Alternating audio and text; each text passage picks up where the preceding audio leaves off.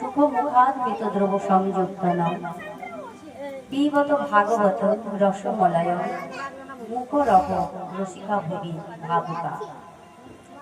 নিগম শব্দের অর্থ হচ্ছে বেদ ও উপনিষদ নির্যাস করে যে রস, সে রস হচ্ছে শ্রীমদ্ ভাগবত। তো আজকে আমরা যে ভাগবত কথা আস্বাদন করলে জীবের ভববন্ধন মোচন হয়, পরম তত্ত্ব লাভ হয়, গোলক বৃন্দাবনে স্থিতি হয়, সেই জীবকে কখনোই জন্ম মরণশীল জগতে এসে তিতাব জ্বালা ভোগ করতে হয় না। তাই আজ আমরা সেই পরম তত্ত্ব অর্থাৎ সেই ভাগবত কথা আস্বাদন করব। তো বলছেন অনন্ত কোটি বিশ্ব ব্রহ্মাণ্ডে যত সুমঙ্গল আছে, যত সুমঙ্গল আছে সমস্ত মিলেও এই ভাগবত কথা শ্রবণের সমকক্ষ হবে না। তাই ভাগবত কথা এই কার্তিক মাসে আমরা নিয়ম সেবার মাসে আজ আমরা ভাগবত কথা শ্রবণ করব। এখানে বৈষ্ণব কুলতিলক সুখদেব গোস্বামী চরণ কীর্তন করছে। আর আমাদের ভারতবর্ষের যিনি হস্তিনাপুরের রাজা রাজকুল চক্রবর্তী মহারাজ পরীক্ষিত, তিনি আজ শ্রবণ করছেন কীর্তন। কেন না, তিনি অভিশপ্ত হয়েছে 7 দিন যার পরমায়ু, এই 7 দিন পরমায়ু নিয়ে তিনি ভাগবত কথা শ্রবণ করতে বসেছেন। কত উদ্বিগ্ন মনে বসেছেন। কেন? রাজ্য ধন বিষয় বৈভব যশ মান প্রতিষ্ঠা স্ত্রী পুত্র সমস্ত কিছু আমি পেয়েছি, সবই হলো সারা জন্মে, শুধু হলো না আমার গোবিন্দ ভজন। কতখানি অনুশোচনা তার হৃদয়ে যে আমার সব হলো, শুধু আমার গোবিন্দ ভজনটা হলো না। আক্ষেপ করে বলছেন গুরুদেবের শ্রী চরণে, হে গুরুদেব, যে গোবিন্দ আমার কুলের ঠাকুর, যে গোবিন্দ আমার বংশের ঠাকুর, যে গোবিন্দের শ্রী চরণে আমার পূর্বপুরুষেরা অর্থাৎ বাপ ঠাকুর দাদা ঠাকুমা সকলে নিমজ্জিত ভক্ত ছিলেন, আত্মসমর্পিত ভক্ত ছিলেন, সেই কুলে আমি এমন কুলাঙ্গার কি করে হলাম? সারাটা জন্ম আমার কেটে গেল, কিন্তু আমার গোবিন্দ ভজন হলো না। আমার তো এসব কিছু পাবারই কথা ছিল না। কারণ আমি যখন মাতৃগর্ভে ছিলাম ভ্রূণ অবস্থায়, তখন দ্রোণাচার্যের পুত্র অশ্বত্থামা ব্রহ্মাস্ত্র অস্ত্র নিক্ষেপ করেছিল। তখনই তো আমি পৃথিবী ছেড়ে চলে যেতাম। আমার তো পৃথিবীর আলোই দেখা হতো না, যদি না আমার সেই প্রাণ গোবিন্দ আমার জীবনটাকে রক্ষা না করত। তাহলে যার জন্য আমি জীবন পেলাম, যার জন্য আমি পৃথিবীতে এলাম, কারণ আমার মা এই পার্থিব জগতে কারোর প্রতি তিনি আস্থা রাখেননি। তিনি রেখেছিলেন আস্থা একমাত্র সেই ঈশ্বর পরম কৃষ্ণ সচ্চিদানন্দ বিগ্রহ অনাদিরাদি গোবিন্দ সর্বকারণের কারণ, যিনি অখিল অনিল বিশ্ব ব্রহ্মাণ্ডের মালিক, অনন্ত কোটি বিশ্ব ব্রহ্মাণ্ডের জীব যার যশ কীর্তন করেন, সেই যশস্বী পূর্ণ ব্রহ্ম ভগবানকে তিনি ডেকেছিলেন। তিনি বারবার বলেছিলেন, আমার শাশুড়ি মায়ের মতো আমি সময়ের অপচয় করব না এই মহা বিপদে। পার্থিব জগতের কেউ কি পারত আমাকে রক্ষা করতে? পারত না। তাই দুহাত তুলে তিনি শ্রী ভগবানকে ডেকেছিলেন, কোথায় দ্বারকা না, কোথায় মথুরা না, একবার দেখা দাও হে বিপদ ভঞ্জন মধুসূদন। ডেকেছিলেন তিনি সেদিন সেই একমাত্র ভগবানকে। পার্থিব জগতে কাউকে কিন্তু ডাকেননি, কারোর পরে তিনি আস্থা রাখেননি। দ্রৌপদী যেমন আস্থা রেখেছিলেন, কৃপাচার্য রয়েছে, দ্রোণাচার্য রয়েছে, বিদুর রয়েছে, মহামতি বিশ্ব রয়েছে, শ্বশুরা কুলের সবাই রয়েছে, পঞ্চ স্বামী রয়েছে, যাদের এত বড় বড় ক্ষমতা। ভীমের গায়ে এত বল, 10,000 হাতির বল, সে তো যখন তখন পারে উল্টে দিতে পৃথিবীটাকে, কিন্তু পারেনি তারা। যিনি ছিলেন অর্জুন, যিনি পৃথিবীর মধ্যে সর্বশ্রেষ্ঠ ধনুষ্যর, তার এত বড় ক্ষমতা, তিনি পারতেন তাকে রক্ষা করতে, কিন্তু পারেনি। তারা ধর্মের দিকে তাকিয়েছিল। এই পৃথিবীতে যারা ধর্মের দিকে তাকিয়ে থাকে তারাই একমাত্র জয়ী হয়। ধর্মের জয় আর অধর্মের ক্ষয়, দুষ্টের দমন, শিষ্টের পালন, জগতের কল্যাণের জন্য ভগবান সেই ধর্মটাই আছে মা, আর জগতে কিছু থাকবে না। তাই সেদিন কেউ তাকে রক্ষা করেনি। তাই অবশেষে ডেকেছিল ভগবানকে, তখন ভগবান তার লজ্জা নিবারণ করেছিল, কিন্তু সেটা তো সময়ের অপচয় হয়েছিল। তাই আজ দেবী উত্তারা বারবার বলছেন, আমি সময়ের অপচয় করব না। একমাত্র তিনি কারুর পরে আস্থা না রেখে তিনি একমাত্র ঈশ্বর ভগবানকে ডেকেছিলেন। তা বলছেন, একবারে দেখা দাও ও হে মধুসূদন, আমার গোলক বিহারী, একবারে দেখা দাও ও হে মধুসূদন, গোলক বিহারী, তোমার নামটি নিয়ে আমি এলাম ভবে, করি কি বা করি, তোমার নামটি নিয়ে আমি এলাম ভবে, করি কি বা করি। আমি শুনেছি পুরাণে তব নাম গুণে, কত পাপী তাপী চলে গেল ও হে মধুসূদন, কত পাপী তাপী চলে গেল। আমি শুনেছি পুরাণে তব নাম গুণে, কত পাপী তাপী চলে গেল। তোমার অকলঙ্ক নামে কলঙ্ক রটে, কেমনে সহিব আমি, কেমনে সহিব আমি, ও হে মধুসূদন, কেমনে সহিব আমি। দেখা দাও হে মধুসূদন।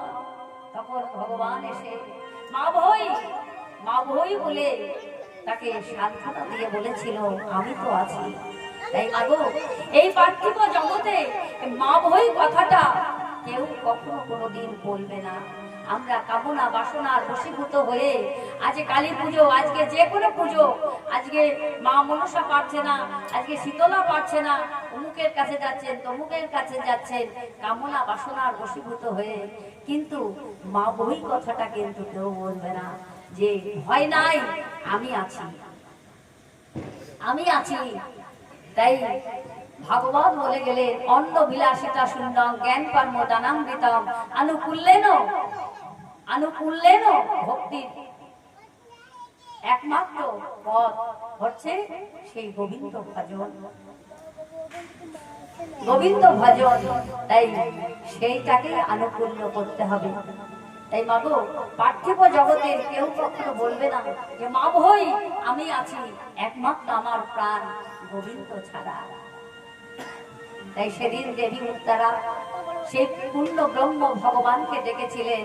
তাই জানো মা, এই যে পূর্ণ ব্রহ্ম ভগবান দ্বারকায় বসে আছে, সবে মাত্র তার প্রিয়সীরা মহিষীরা তার চরণ সেবা করছে। কতদিন পরে নাথকে কাছে পেয়েছে, তাই তারা চরণ সেবা করছেন। এমন সময় ভগবানের সিংহাসন টলে উঠেছে। কেন? ভক্তের ডাক এমন ডাক, তার আকুল প্রাণে ডাকছেন তাকে। বিপদ ভঞ্জন মধুসূদন বলে ভগবানকে দূরে থাকতে পারে? তার ছিল আটটি: ভক্তি, প্রেম, ভালোবাসা, আন্তরিকতা, দৈনতা, নম্রতা, ভদ্রতা, সভ্যতা, বিনয়ী যে ভাব, এই ভাব নিয়ে তাকে ডেকেছিল ভগবানকে। তা বলছে, বৈকুণ্ঠেতে থাকেন হরি, ডাকলে হরি বলে, মাটির ঘরে আসেন হরি, কাঁদলে চোখের জলে। ভগবান সব সইতে পারে, কিন্তু ভক্তের দুঃখটা নয়নের জল ভগবান কখনো সইতে পারে না।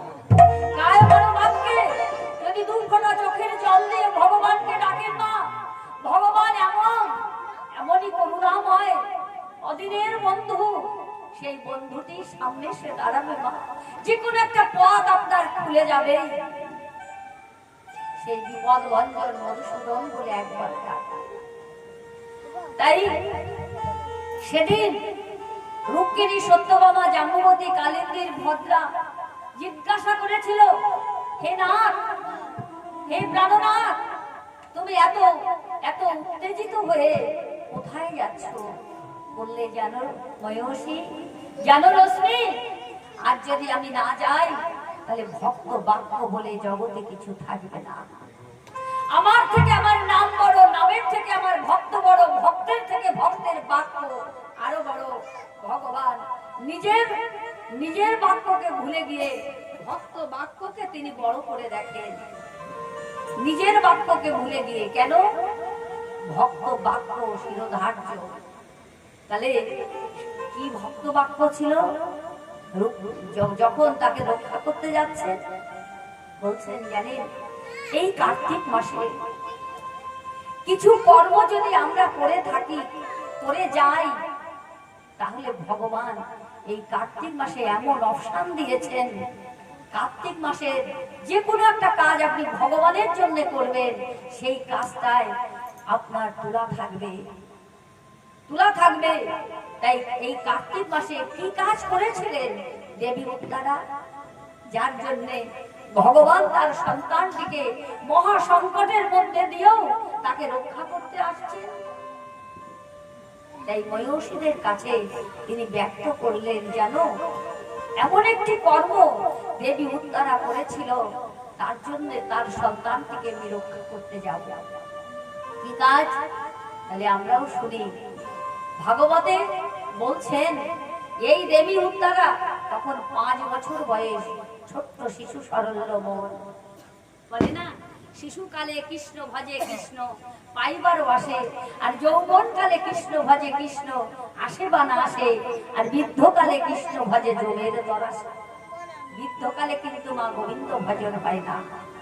তাই আজকে দেবী উত্তরার 5 বছর বয়স, এই কার্তিক মাসের নিয়ম সেবা অর্থাৎ দামোদর ব্রত যখন চলছে, তখন তার পিতার মনে হয়েছিল যে কার্তিক মাসের কিছু নৈমিষরণের কিছু ভক্তদের এনে আমি এই এক মাস ব্রত উদযাপন করব।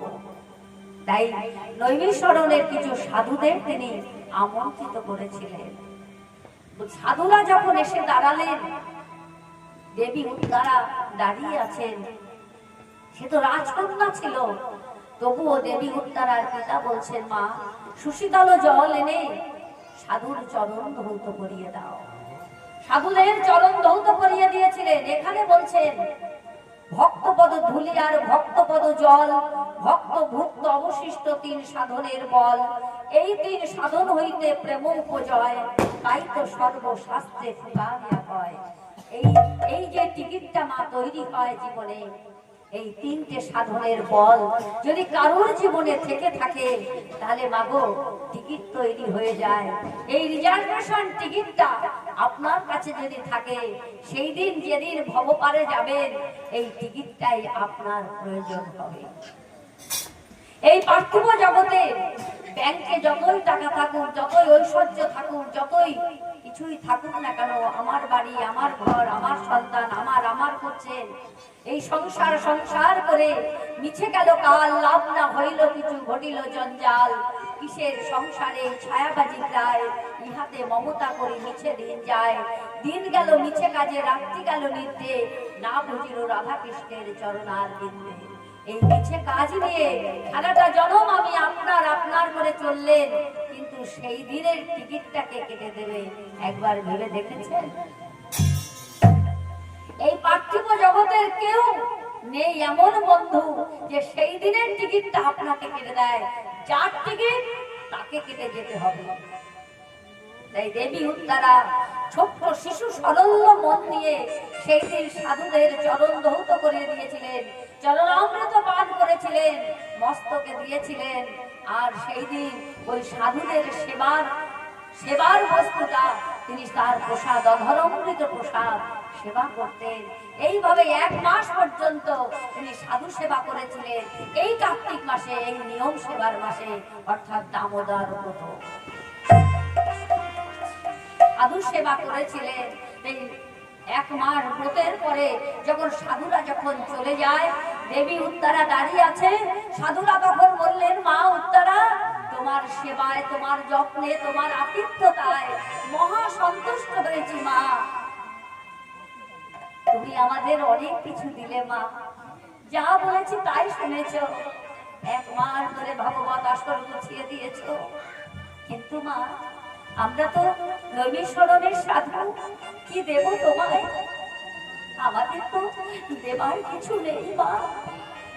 তবে শোনো মা, আমরা সাধুরা মিলে তোমাকে আশীর্বাদ করে গেলাম। তাই মস্তকে হস্ত দিয়ে আশীর্বাদ করলেন, মা উত্তরা, একদিন তোমার গর্ভে একটি পুত্র রত্ন হবে। সেই পুত্র রত্ন থেকে আগত কলিযুগের মুক্তির পথ তৈরি হবে। আশীর্বাদ করে গেলাম। সেই আশীর্বাদ প্রাপ্ত সন্তান দেবী উত্তরার গর্ভে। আজকে যদি ওই সন্তানটিকে আমি রক্ষা না করি, তাহলে সাধু বাক্য বলে জগতে কিছু থাকবে না। ভগবান বললেন, ভক্তই আমার পিতা মাতা, ভক্তই আমার হিয়া, ভক্তই আমার পিতা মাতা, ভক্তই আমার হিয়া, ভক্তের লাগিয়া আমার এই যুগে যুগে আশা, এই ভক্তের লাগিয়া আমার যুগে যুগে আশা। ভক্তই অঙ্গ, আমার এই অঙ্গ ভিন্ন কিছু নয়।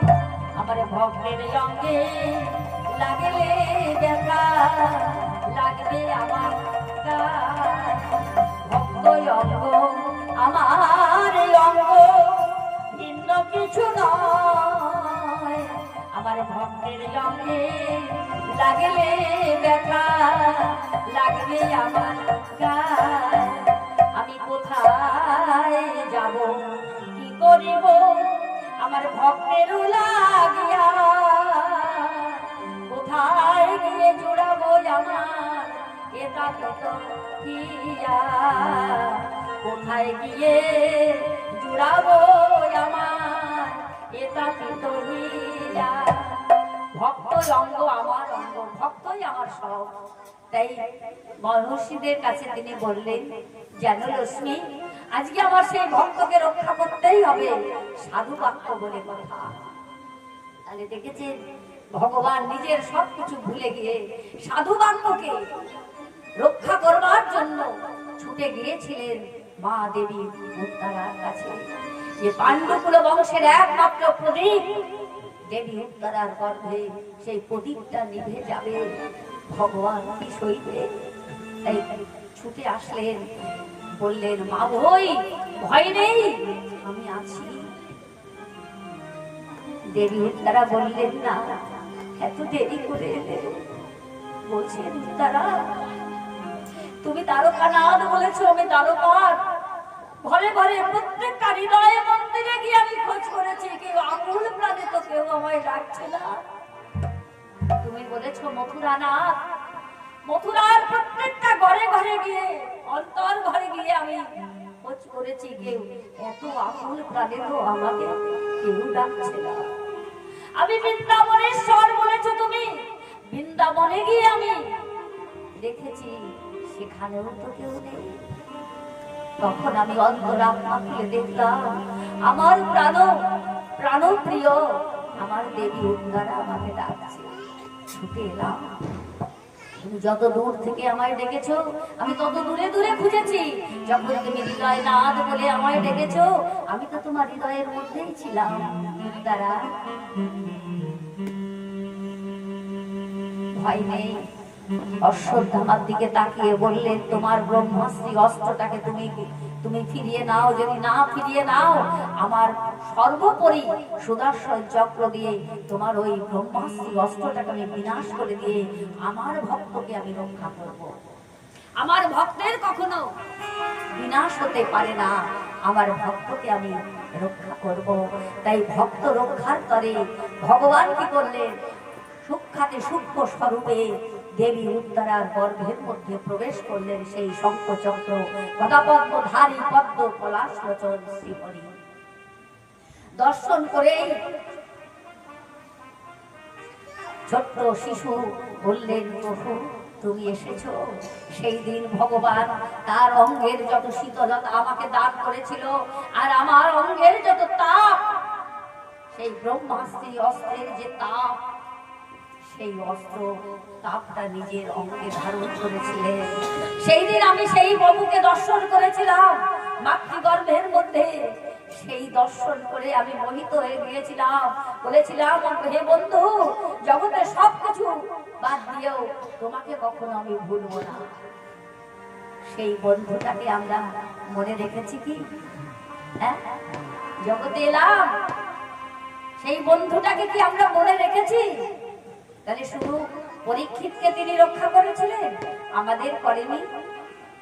একবার ভেবে দেখুন তো মা, মাতৃগর্ভে জীব যাবে সঞ্চার করায়, পঞ্চম মাসেতে জীবের দেহ পুষ্ট হয়, ষষ্ঠম মাসেতে জীব পায় গর্ভে অশেষ যন্ত্রণা, বলবো কি বিশেষত তার চৈতন্য থাকে না।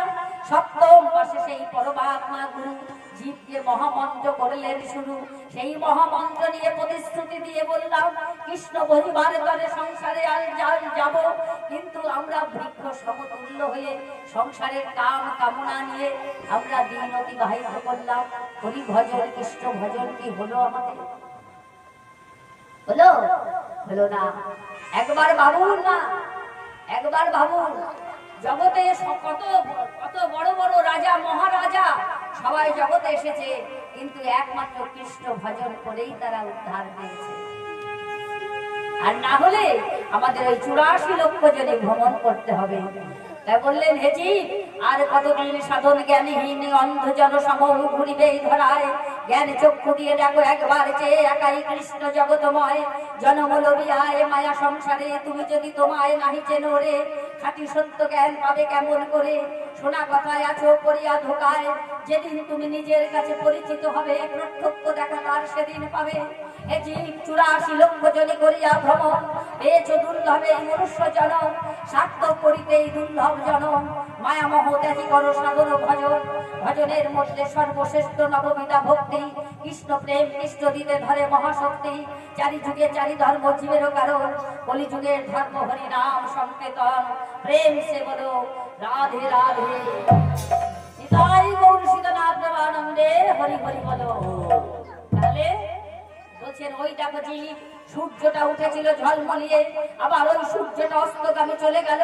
ওই অস্তগামী সূর্যের দিকে তাকিয়ে বারংবার ভাবুন তো নিজের জীবন সূর্যের কথা।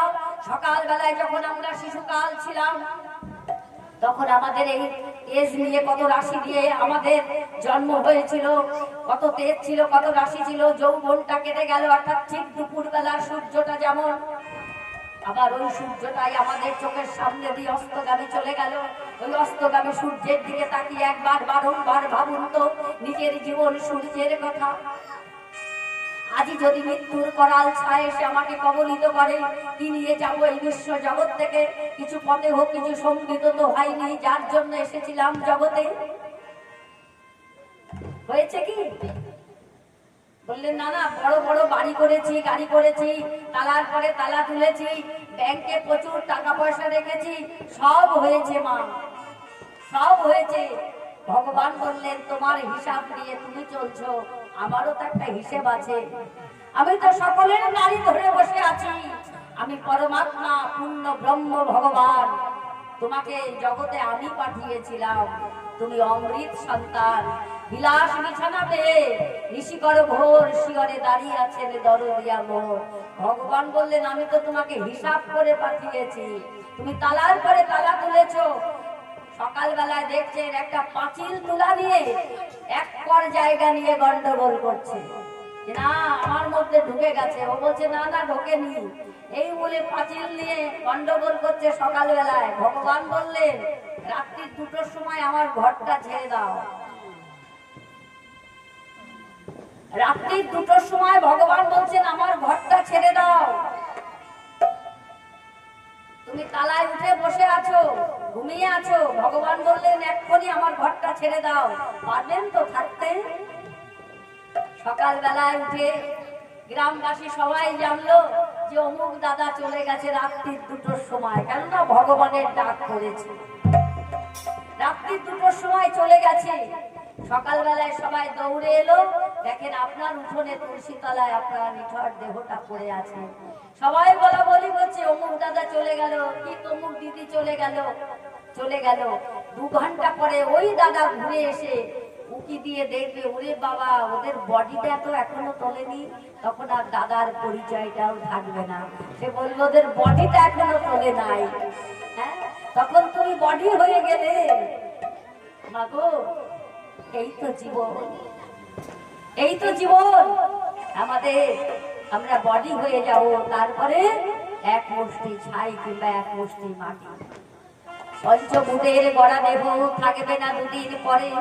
জানিয়া মানুষ তবু কত আশা করে, কত যত্ন পরিপাটি, কত প্রসাধন। জেনে রেখো প্রাণ বায়ু যাবে যবে চলে, চিতায় পুড়াবে কিংবা পাঠাবে কবরে। হয় চিতা না হয় কবর, এর থেকে বেশি কিছু নয়।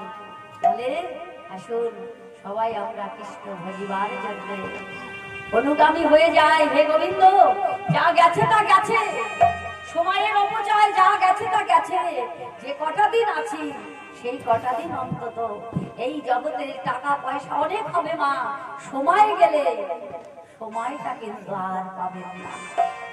যে দিনটা চলে যাচ্ছে সেই দিনটা কিন্তু আপনি আর পাবেন না। মাথা কুটে পয়সা করে আপনার আসবে, সময় অনেক আসবে, অন্যান্য সময়, কিন্তু হরিকথার সময় আসবে কি? তাই আজকে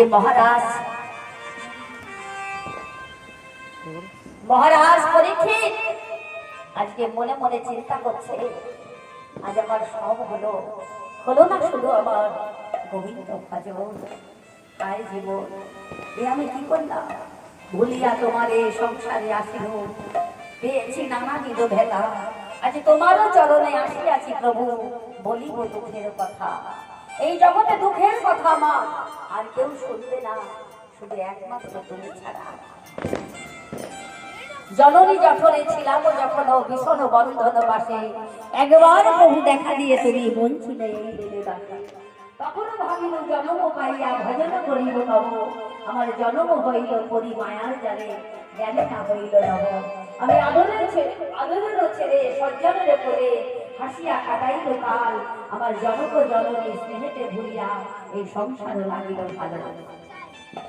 আবার কিছুদিন পরে আমার জ্ঞান উপজিল, আমি পাঠ করি অহরহ, বিদ্যার গৌরবে ভ্রমি দেশে দেশে, কত ধন উপার্জন করি, স্বজন পালন করি এক মনে, শুধু তোমারে ভুলি লাভ করি। তোমাকে শুধু ভুলে গেছি, আর জগতে আমার সব হয়েছে। তাই আজ মহারাজ পরীক্ষিত কত অনুশোচনা করছেন তার গুরুদেবের শ্রী চরণে। তাই একমাত্র গুরুই পারে জগৎ থেকে উদ্ধার করতে। গুরু হচ্ছে গুরু শব্দে অন্ধকার, গুরু শব্দে আলো বাড়তে, যিনি অন্ধকার মায়াময় জন্মদিক থেকে আলোর পথে নিয়ে যান তিনি গুরু। তাই গুরু হচ্ছে সূর্য সম, এই মায়া অন্ধকার, যেখানে মায়া সেখানে নাই, যেখানে কৃষ্ণ সেখানে নাই মায়ার অধিকার।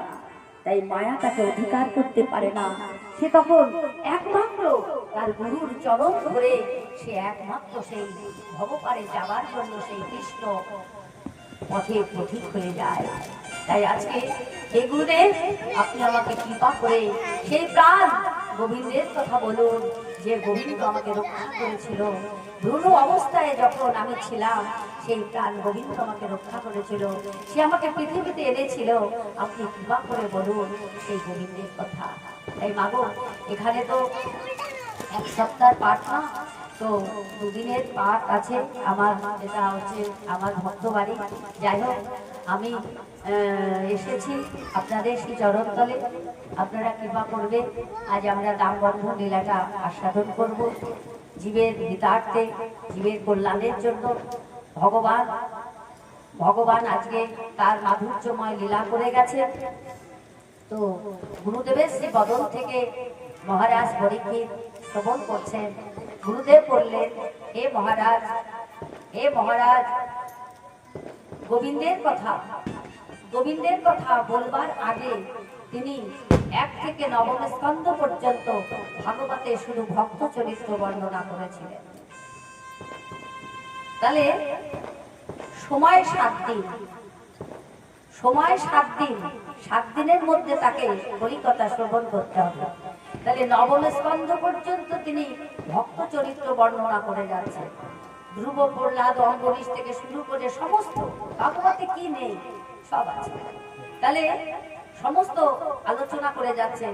তিনি উদ্বিগ্ন হয়ে বললেন, হে গুরুদেব, আপনি কৃপা করে আমাকে গোবিন্দের কথা বলুন। ভক্ত চরিত্র আপনি শুধু বলে যাচ্ছেন 9 স্কন্ধ পর্যন্ত। বললেন, গোবিন্দের কথা ধরে আপনি রাখবেন কোথায়?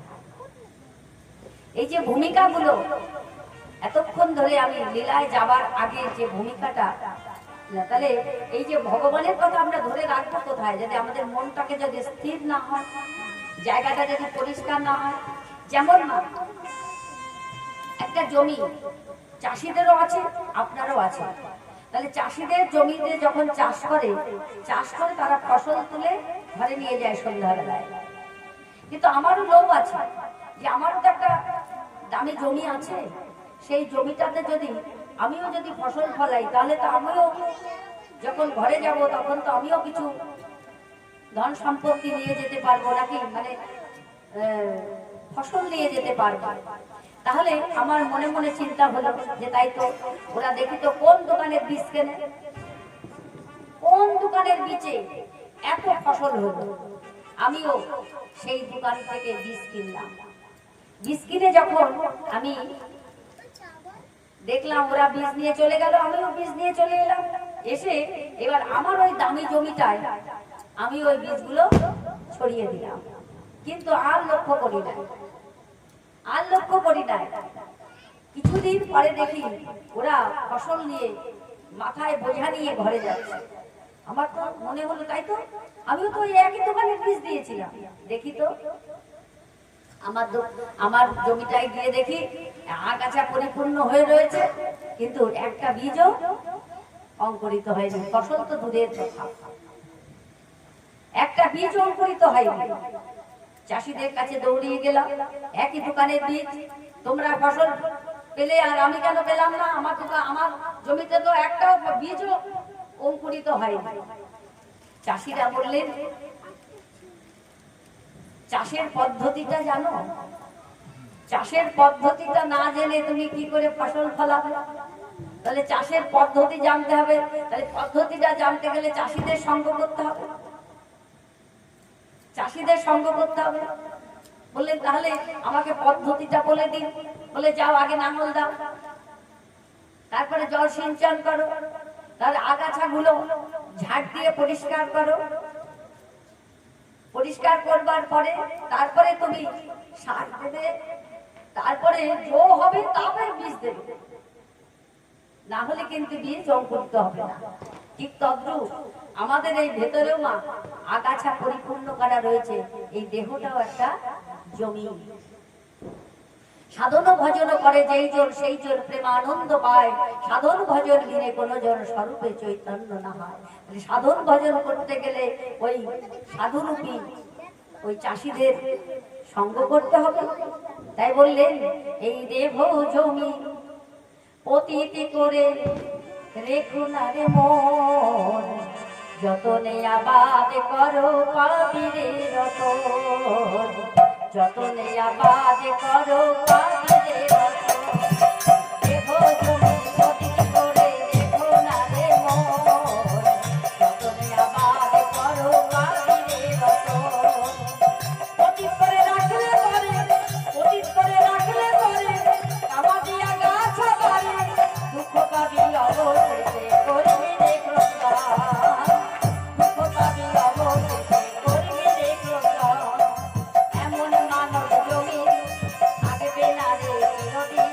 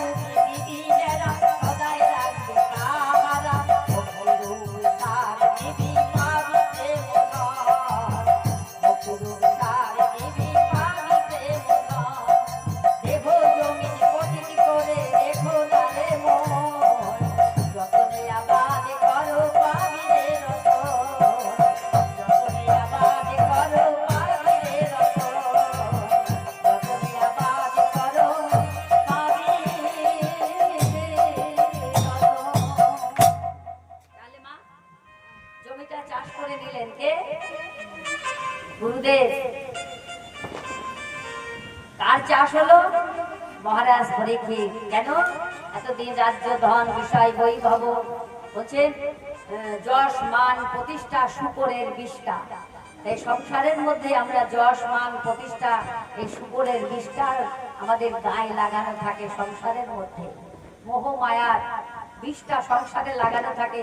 তুমি এতদিন রাজ্য ধন বিষয় বৈভব নিয়েছিলে, স্ত্রী পুত্র পরিজন নিয়েছিলে, তাই তাই তুমি তুমি এমন এমন ভাবে এসেছো, তাই তোমার জমিটাকে চাষ করে নিয়ে আজকে গুরুদেব তার নিজের মতন করে নিয়ে তখন তিনি হরি কথা বলতেন। আমরাও তাহলে গুরুদেবের সে বদল থেকে যদি মনে করেন আমি বলছি মা, এটা এটা ঠিক না। আমরা কার কাছ থেকে শুনছি? গুরুদেব অর্থাৎ বৈষ্ণব কুলতিলক সুখদেব গোস্বামী চরণ। সুখকে ভগবান বলা হয় এবং শ্রবণ করছেন কে? মহারাজ পরীক্ষিত। আর আমরা উপলক্ষ মাত্র তাদের সঙ্গ করছি। বক্তা হয়ে তিনি বক্তব্য রাখেন, শ্রোতা হয়ে তিনি শ্রবণ করেন। তাহলে তিনি বক্তা, তিনি শ্রোতা। আমরা উপলক্ষ মাত্র। আমি যতক্ষণ করবে ততক্ষণ ওই ঘট যেমন নদীতে আপনি একটা খালি কলসি নিয়ে যাবেন, তো যতক্ষণ না ভরবে ততক্ষণ গঙ্গবাণী শুরু হবে। গঙ্গবাণী একটা শব্দ হবে। যখন ঘটিটা পরিপূর্ণ হয়ে যাবে না, তখন আর ওই গঙ্গবাণী শব্দটা আসবে না। এই ভক্তি, শ্রদ্ধা, আর্থিক প্রেম, ভালোবাসা, আন্তরিকতা সমস্ত দিয়ে যখন পরিপূর্ণ হয়ে যাবে ঘটটা, তখন আর এই বক বক করবে না। তখন বলবে, প্রভু এই জগতে যা কিছু আছে সবই তোমার, আমার কিছু নয়। জয়রূপ সনাতন ভট্ট, রঘুনাথ, শ্রীজীব, গোপাল ভট্ট, দাস রঘুনাথ এরাই তাই বারবার বলছেন, প্রভু আমার কিছু হলো না, আমার কিছু হলো না। আর আমরা যদি মনে করি যে আমি বৈষ্ণব, এতেও অপরাধ আছে। আমি বৈষ্ণব এই কথাটাও যদি আমরা উচ্চারণ করি, বলছেন বৈষ্ণব হইতে বড় মনে ছিল সার, তৃণদপি শুনিছেন ওতে পড়ে গেলাম বা। কতটুকু নিচে স্বীকার করতে পারি আমরা যে বৈষ্ণব হব? বৈষ্ণব হবে নিরভিমান, সে তার কখনো কোনো মান সম্মান বলে কিছু থাকবে না। তৃণদপি শুনিছেন তরীব শুনিশোনা অমানিন মানদের কীর্তনিয়া সদা হরি। অর্থাৎ জগতে অমানিটা কে হবে বলুন তো? কে হবে অমানি? একটা ভিখারিকে যদি পয়সা দিতে যান, 1 টাকা 2 টাকা দিলে তো এখন ভিখারিরা নেয় না। 10 টাকার কমে এখন ভিখারিরাও নেয় না। 5 টাকা দিলে তাও কোনো রকমে মুখটা কালো করে দেয়। হ্যাঁ, আমরা দিই তো, আমাদের ওখানে ভিখারিরা 1 টাকা 2 টাকা দিলে নেবেই না। 1 টাকা 2 টাকায় এখন কিছু হয় না, তো সেই জন্য ওরাও দিতে চায় না। ওদেরও দোষ না। ভিখারিরা বলে আমরা ভিক্ষা করি বলে তাই কি আমাদের মান সম্মান নেই? আমাদেরও মান আছে।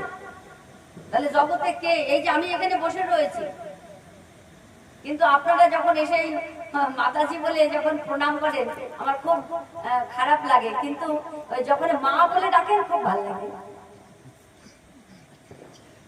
যখন আমাকে মা বলে ডাকেন, এই যে মাতৃত্বের যে একটা অহংকার, আমি মা,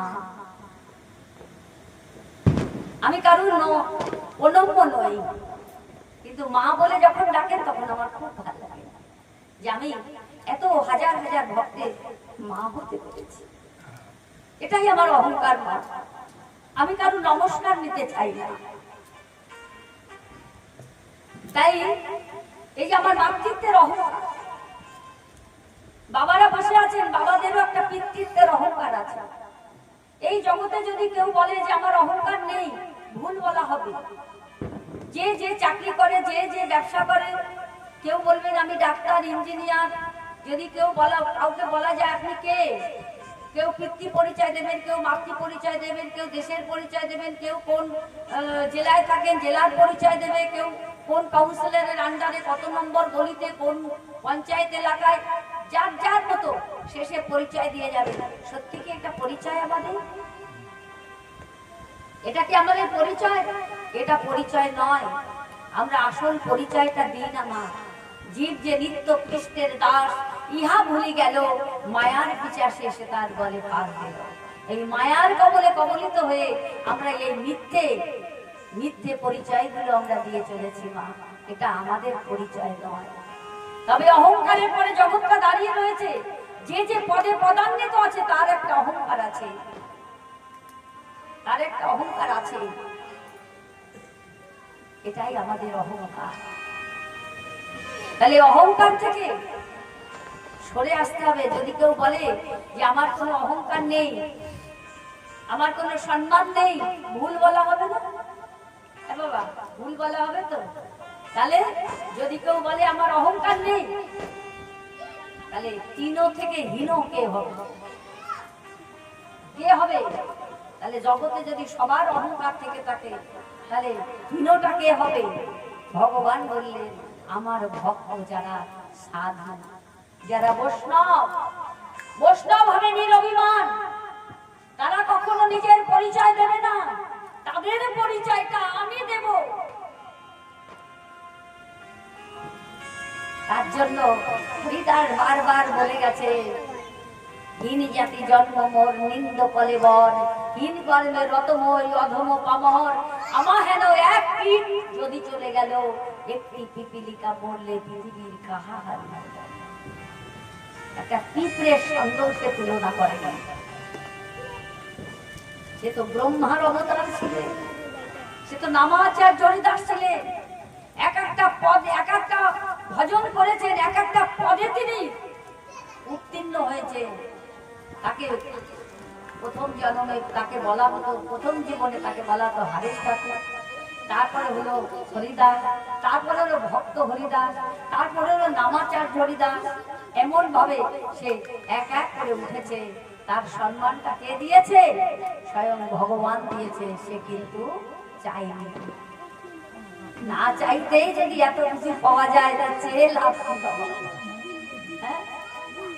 তাই ভক্ত হবে, বৈষ্ণব হবে নিরভিমান, সে কখনো নিজের পরিচয় দেবে না। বোঝা গেল বাবা? বোঝা গেল? হীন থেকে হীন হতে হবে। আমি অমুক, আমি তমুক, এটা বলা যাবে না। এটা বৈষ্ণব বলবে না। বৈষ্ণবই হবে শুধু নিরভিমান, তার কোনো সম্মান থাকবে না। তাকে যদি কেউ সম্মান করে, সে করবেন ভগবান। তাকে যদি তুলতে হয়, সে এমন জায়গায় তুলবে, তা সে জগৎ কেউ তাকে নামাতে পারবে না, নামাতে পারবে না। ভগবান বলছে, যে করে আমার চরণে আত্মসমর্পণ, আমি তাকে করি আত্মসমজ্ঞান। তাহলে আমরা লীলায় যাওয়ার আগে একটা কথা শুনি, জানেন? যে এই পার্থিব জগতেই মা, দূরে যেতে হবে না। একজন বৈষ্ণব ছিলেন, তারা দুজনেই ভগবত পরায়ণ, দুজনেই ভগবত সেবায় নিমগ্ন থাকতেন।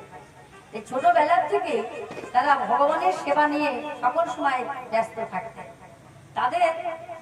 তাদের একটা সন্তান হলো। তারা ছোটবেলায় নাম রেখেছিলেন কৃষ্ণদাস। এই কৃষ্ণদাস তার পিতা মাতাকে দেখে সেইভাবে বৈষ্ণব আচরণেই সে লালিত পালিত হয়েছে। যখন বড় হয়েছে, উচ্চ শিক্ষায় শিক্ষিত, মস্ত বড় পণ্ডিত হয়েছিলেন তিনি। পিতা মাতার একমাত্র সন্তান তো, তাকে খুব বড় পণ্ডিত করেছিলেন। পরবর্তীতে তিনি স্কুলের মাস্টার হয়েছিলেন।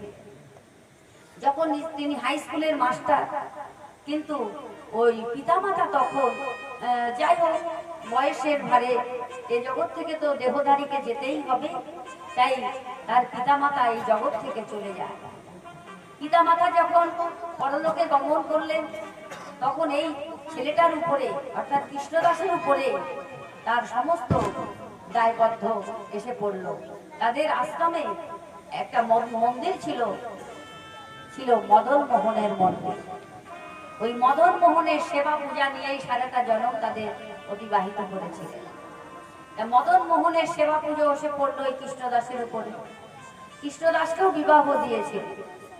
স্বামী স্ত্রী দুজনে বলছে, ঘরে বাইরে এক মন তবে করো কৃষ্ণের ভজন। স্বামী যেমন, স্ত্রী তেমনি ভাবে কৃষ্ণ ভজনে নিমগ্ন হতে পারে। স্কুলে যখন যায় তখন ওর সময়ের কোনো দিক ঠিক থাকে না। কখনো 12টায়, কখনো 1টায়, কখনো 2টোয়, এইভাবে তিনি স্কুলে যায়। কেননা মদন মোহনের মন্দিরে যখন যায় এত কৃষ্ণ প্রেমে নিমগ্ন আত্মভোলা ছিলেন যে ওই কখন যে স্কুলের সময়টা অতিবাহিত হয়ে যাচ্ছে তার জ্ঞান থাকতো না। সম্পূর্ণ নির্বাসী মদন মোহনের পরে। এইভাবে অন্যান্য মাস্টারমশাইরা ভীষণ ভাবে তিরস্কার করে, গালিগালাজ করে, কিন্তু ও মনে মনে চিন্তা করে আমি কি করব, এত চেষ্টা করি কিন্তু 10টার মধ্যে স্কুলে কখনো আসতে পারি না।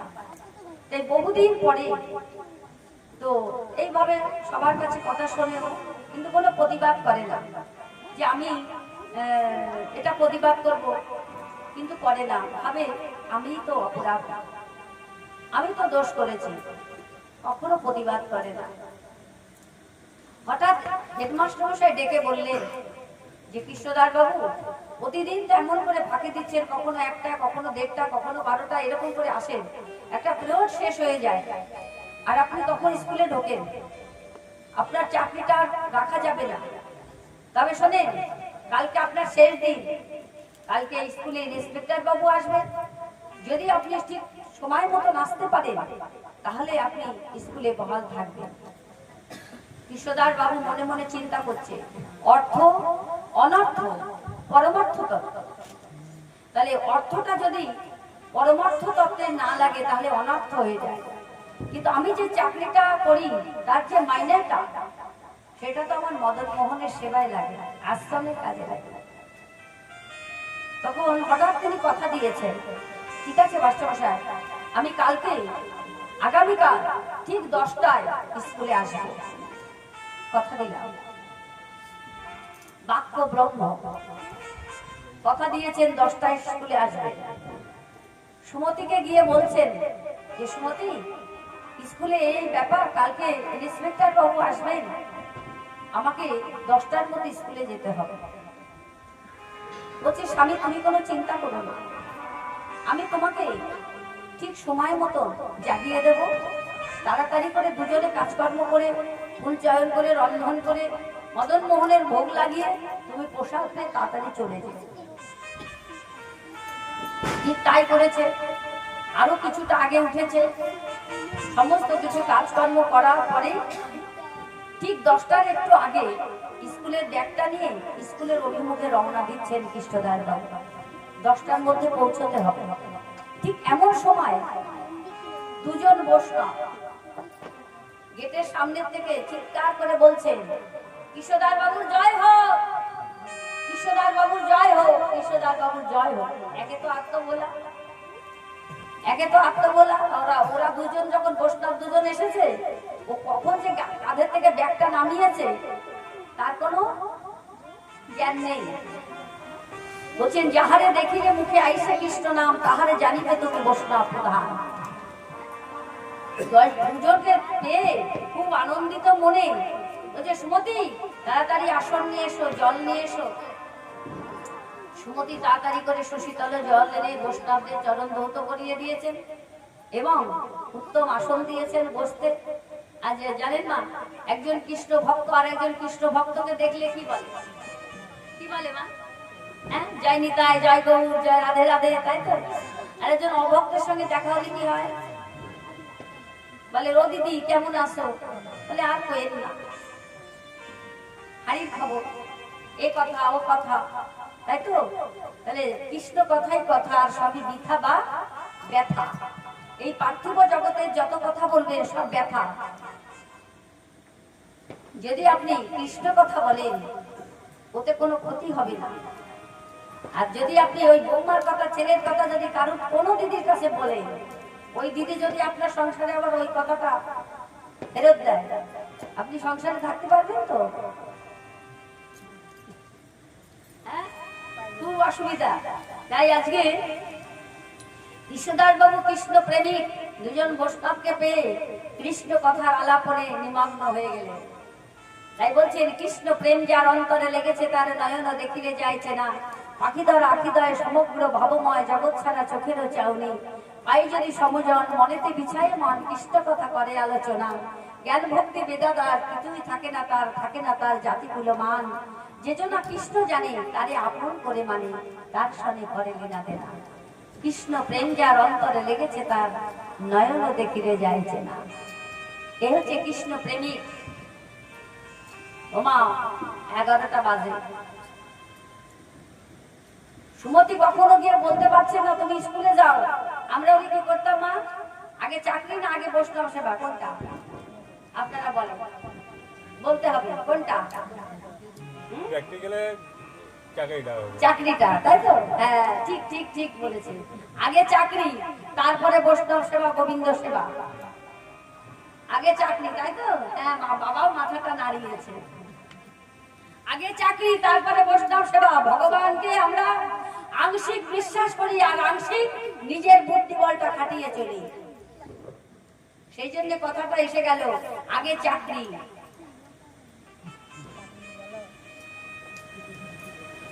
আর ওই চাকরির জায়গাটায় ভগবান যদি আপনার নামটা কেটে দেয়, পারবেন তো চাকরিটা করতে? হ্যাঁ চাকরিটা থাকবে?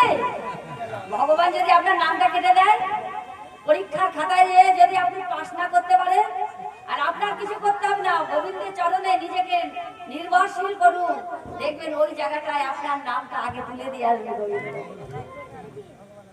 বিশ্বাস রাখতে হবে। দেখুন ও তো চাকরিতে গেল না, এত হুমকির পরেও ও তো যেতে পারলো না, ভগবানই ওকে আটকে দিল, জগৎকে দেখিয়ে দিল যে আমার পরে কিছু হয় না। বৈষ্ণব সেবা নিয়ে নিমগ্ন, হরি কথায় কৃষ্ণ কথায় 1টা বাজে, সুমতি কখনো বলতে পারছে না গিয়ে যে স্বামী তুমি ওই বৈষ্ণব সেবা বন্ধ করে দিয়ে আগে স্কুলে যাও। কেন? সুমতি জানে এই জগতে 64 রকমের অপরাধ আছে, 64 রকমের অপরাধ আছে, তার মধ্যে সব অপরাধ শুধু কলিহত জীবের জন্য তিনি বর্জন করে দিয়েছেন, আর 3টি অপরাধ রেখে দিয়েছেন। হরিভক্তি বিলাস খুলে দেখুন, 3টি অপরাধের কোনো ক্ষমা নেই, নাম অপরাধ, বৈষ্ণব অপরাধ আর সেবা অপরাধ। এই 3টি অপরাধ ভগবান রেখে দিয়েছেন এই কলিতে, একটু তো ভয় রাখতেই হবে বাবা। এবার 1:30 বাজে, 2 বাজে, মদন মোহনের কাছে গিয়ে বলছেন, মদন মোহন সেবা সুখ পেয়ে পার্থিব জগতের সব সুখ বর্জন করেছি, তাই সেই অর্থটা যদি তুমি কেড়েই নিলে তবে তোমার সেবা কি করে হবে? তোমার সেবা কি করে হবে? তোমার এই আশ্রমটা কি করে চলবে? বেলা যখন 2 বাজে তখন বৈষ্ণব দুজন উঠে দাঁড়িয়ে বলছেন, কৃষ্ণদাস বাবু আপনার সেবায় আতিথ্যতায় মহা সন্তুষ্ট হয়েছি, এইভাবে কৃষ্ণ প্রেমে আপনি ভেসে চলুন। এবার আসি আমরা। দুজন উঠে দাঁড়িয়ে গেটের সামনে গিয়েই অন্তর্ধান, আর দেখে ব্যাগটা পড়ে আছে। যখন ব্যাগটা পড়ে আছে তখন চিৎকার করে উঠেছে, সর্বনাশ, আজকে তো আমার 10টার সময় স্কুলে যাওয়ার কথা ছিল, সুমতি এখন কি হবে? এত চেষ্টা করেও আমার চাকরিটা থাকলো না। ভালোই হয়েছে সুমতি, প্রতিদিন স্কুলে গেলে না গালাগালি শুনতে হয়, ভালোই হয়েছে তো, যেভাবে হোক মদন মোহন চালিয়ে দেবেন। তো এতদিন ধরে স্কুলে চাকরিটা করেছি তো সকলের সঙ্গে একটু দেখা করে আসি, আমি জানি চাকরিটা থাকবে না, মাস্টারমশাইয়ের সঙ্গে একটু দেখা করে আসি, কি হলো না হলো। আগের থেকে তিনি স্যালেন্ডার করছেন, চাকরিটা থাকবে না। দ্রুত গতিতে ব্যাগটা কাঁধে নিয়ে দ্রুত গতিতে রওনা দিলেন স্কুলের অভিমুখে। গিয়ে দেখলেন সমস্ত মাস্টারমশাইরা স্কুলের সামনে জটলা পাকিয়ে কথোপকথন করছে। এর মধ্যে কৃষ্ণলাল বাবু গিয়ে হেডমাস্টার মশাই হাতখানা চেপে ধরে বললেন, মাস্টারমশাই আমার কথা বলার ভাষা নেই, আমি আজও 10টার সময় স্কুলে আসতে পারিনি মাস্টারমশাই। দুজন বৈষ্ণব এসেছিল, এই তাদের সেবা পূজা করতে গিয়ে কখন যে সময় অতিবাহিত হয়ে গেছে আমি বুঝতেই পারিনি। বিশ্বাস করেন মাস্টারমশাই, আমি জানি আমার চাকরিটা থাকবে না, আপনার যেটা খুশি আপনি সেটা করবেন, আমি তাতেই রাজি। আমার ভাগ্যে চাকরিটা নেই। এই সমস্ত কথোপকথন হয়েছে। এমন সময় হেডমাস্টার মশাই অতি ফ্যাল করে তাকিয়ে রয়েছে। এতদিন জানতাম আপনি কৃষ্ণ প্রেমের আত্মভোলা, আপনার মাথার যে একেবারে বিকৃত হয়ে গেছে এটা তো জানতাম না। বিকৃত মস্তিষ্ক, আপনি কি পাগল হয়ে গেলেন? কি বলছেন আপনি? আসেননি বৈষ্ণব সেবা এসব কি বলছেন? বলছেন আপনি তো ঠিক ঘড়ির কাটায় কাটায় আজকে 10টার সময় স্কুলে আসলেন। কত কথোপকথন করলেন, কত আনন্দ করলাম আমরা। এই চেয়ারে বসলেন, এই 2টোর সময় আপনি বললেন মাস্টারমশাই আমি একটু ব্যস্ত আছি। ইন্সপেক্টর বাবু বেরিয়ে যাওয়ার সঙ্গে সঙ্গে আপনাকেও তো বিদায় দিলাম। আপনি এই মাত্র গেলেন, আপনাকে বিদায় দিয়ে তো এখন আমরা স্কুলের মধ্যেও যাই না। আপনি কি বলছেন পাগলের মতো? স্কুলে আসেননি। আমি এসেছিলাম সারা জনম কোনোদিন মিথ্যা কথা বলিনি। অপ্রিয় হলেও একটা মিথ্যে কথাতে কিন্তু একটা ভালো কাজ হয়ে যেত, কিন্তু সেটাও তিনি বলেননি। কেন? ভগবান পরচরণে তিনি নিমজ্জিত ভক্ত, ভগবানকে বিশ্বাস করেন, ক্ষতি হলেও ভালো। কৃষ্ণদার বাবু থরথর করে কাঁপা শুরু করে দিয়েছে। আমি এসেছিলাম? কাঁপছেন কেন আপনি? কৃষ্ণদার বাবুর হাতখানা ধরে চেয়ারে বসালেন। এই চেয়ারে আপনি বসে কত আনন্দ করলেন, আজকের মতো আনন্দ কোনোদিন হয়নি স্কুলে। ইন্সপেক্টর বাবু খুব খুশি। আপনার মনে পড়ছে না আপনি স্কুলে এসেছিলেন? আপনি ঘরে গেলেন তো হাসতে খাতে সই তো বললেন। আমি আস্তে আস্তে ধীরে ধীরে অফিস ঘরে গেলেন, আজ যে খাতাটা খুললেন, খুলে দেখছেন 10টার সময় লিখে কৃষ্ণ দাস নামটি লিখে দিয়ে গেছেন। বলছেন মাস্টারমশাই এই দেখো, এই যে আমার বাঁকা মদনের আঁকা লেখা, এই যে আমার বাঁকা মদনের আঁকা লেখা, যিনি ঈশ্বর পরম কৃষ্ণ সচ্চিদানন্দ বিগ্রহ রাধি গোবিন্দ সর্বকারণে কারণাঙ্গ, যিনি অখিল অনিল বিশ্ব ব্রহ্মাণ্ডের মালিক, অনন্ত যার অন্ত পায় না, ব্রহ্মা যারে ধ্যান করে, তেজে কাশী হয়েছি বিশ্বসরবাসী সেই পূর্ণ ব্রহ্ম ভগবান ভক্তের হাতে একটু সেবা পাবার লোভে আজ ভগবান ভক্তের চাকরি কেটে গেল। কিন্তু বুঝতে পেরেছে কৃষ্ণদাস, কেন অফিস ঘরের মধ্যে না, সারা স্কুলের মধ্যে আমার মদন মোহনের গায়ের যে গন্ধটা, সেই গন্ধটা ওর নাকে লেগেছে। কেন? ওই গন্ধের সঙ্গে তার সম্বন্ধ আছে। বলছে মাগো, কৃষ্ণের গায়ের গন্ধটা কেমন জানো? তার সঙ্গে যার সম্বন্ধ আসে সেই একমাত্র জানে। শাস্ত্র বলছে মৃগমত নীলত বল মিলনে হয় পরিমল, যেই ঘরে তার গর্ভমান, হেন কৃষ্ণ অঙ্গগন্ধ যার নাই সেই সম্বন্ধ, সেই নাশা ভস্ত্রার সমান। কি বলছেন? যে মৃগনাভি কস্তরী, তার যে একটা গন্ধ, আপনাদের এই ভালজুড়িয়ায় যদি থাকে না, ভালজুড়িয়ায় তো থাকলে তাহলে সমস্ত জায়গায় গন্ধে আমোদিত হতো। আর নীলকদল মানে পদ্মগন্ধ। সে বলে আমি ফুলেদের রাজা, আমার যা সুন্দর গন্ধ, সে তখন অহংকার করে। তাহলে কস্তরী এ মৃগ অহংকার করছে, আর ফুলের রাজা পদ্ম সেও অহংকার করছে। আমার মধ্যে সুমিষ্ট মধু আছে, সুগন্ধ আছে, তাই সে অহংকার করছে। তাহলে এই দুই গন্ধ মিলে যে গন্ধ, তার থেকেও অত্যাধিক সুন্দর গন্ধ আমার কৃষ্ণ অঙ্গ গন্ধ। এত সুন্দর গন্ধ কৃষ্ণের। তাহলে সেই গন্ধটাকে যে নাসিকায় নেয় না, তার নাসাকে তার সঙ্গে তুলনা করেছে জানেন? ওই যে কামার বাড়ি লোহা তৈরি হয় না, লোহার জিনিসগুলো তৈরি হয়, দাও কাচি টাচি এসব তৈরি হয় না?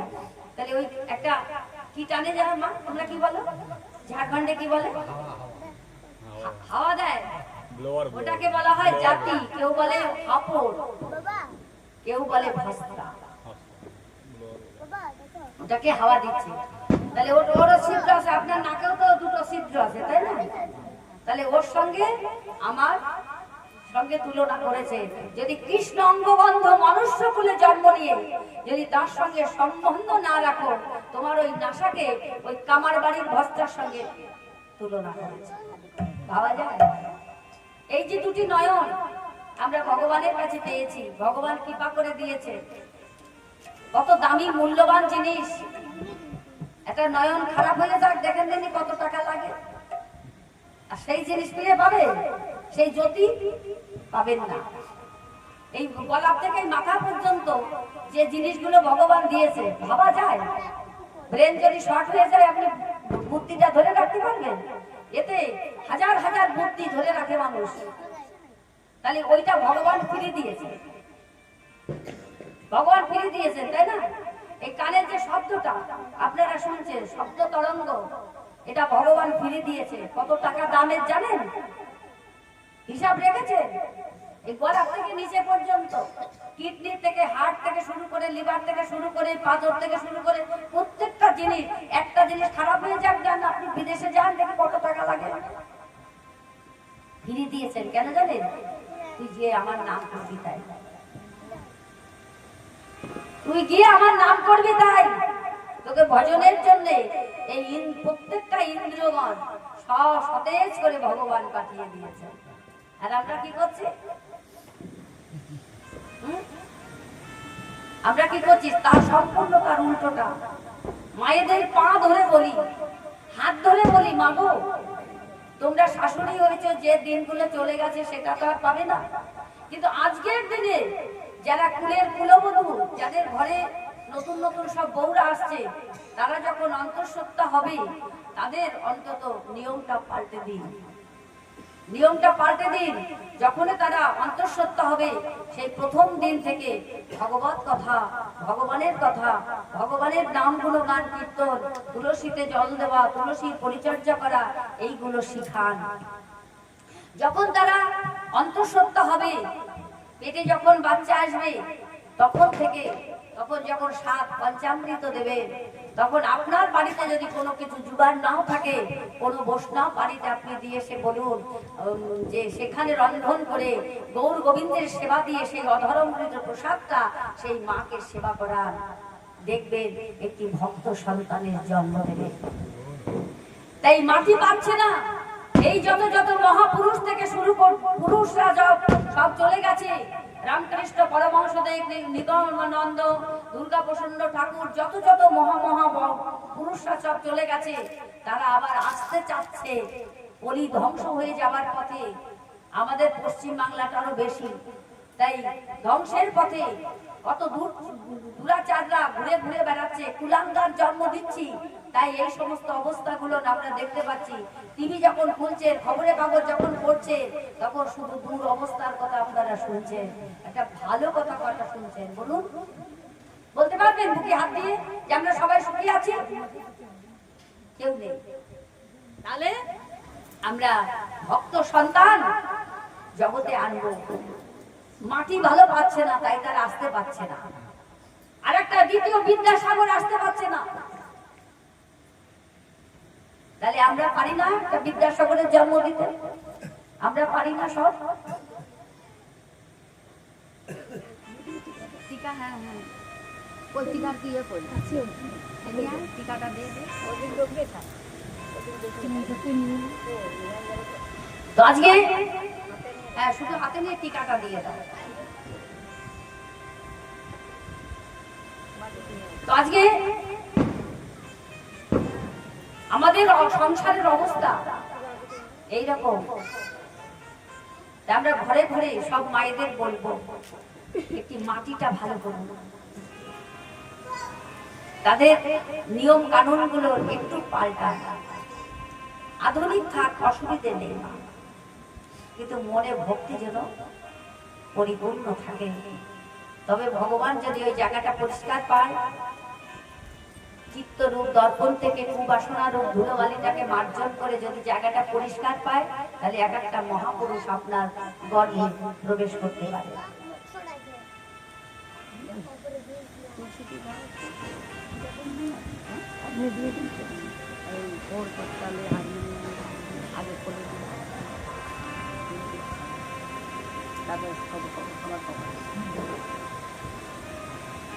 জয় রাধে মা। তাই আজকে মা শুকদেব গোস্বামী চরণ কীর্তন করছে শ্রীমদ ভাগবতের দশম স্কন্ধে। মা যশোদা আজকে এই দামবন্ধন লীলাটা আমরা আজকে আস্বাদন করব। মা যশোদা আজকে ভগবানকে বাঁধবেন, যিনি চিপে চিপে দিবেন।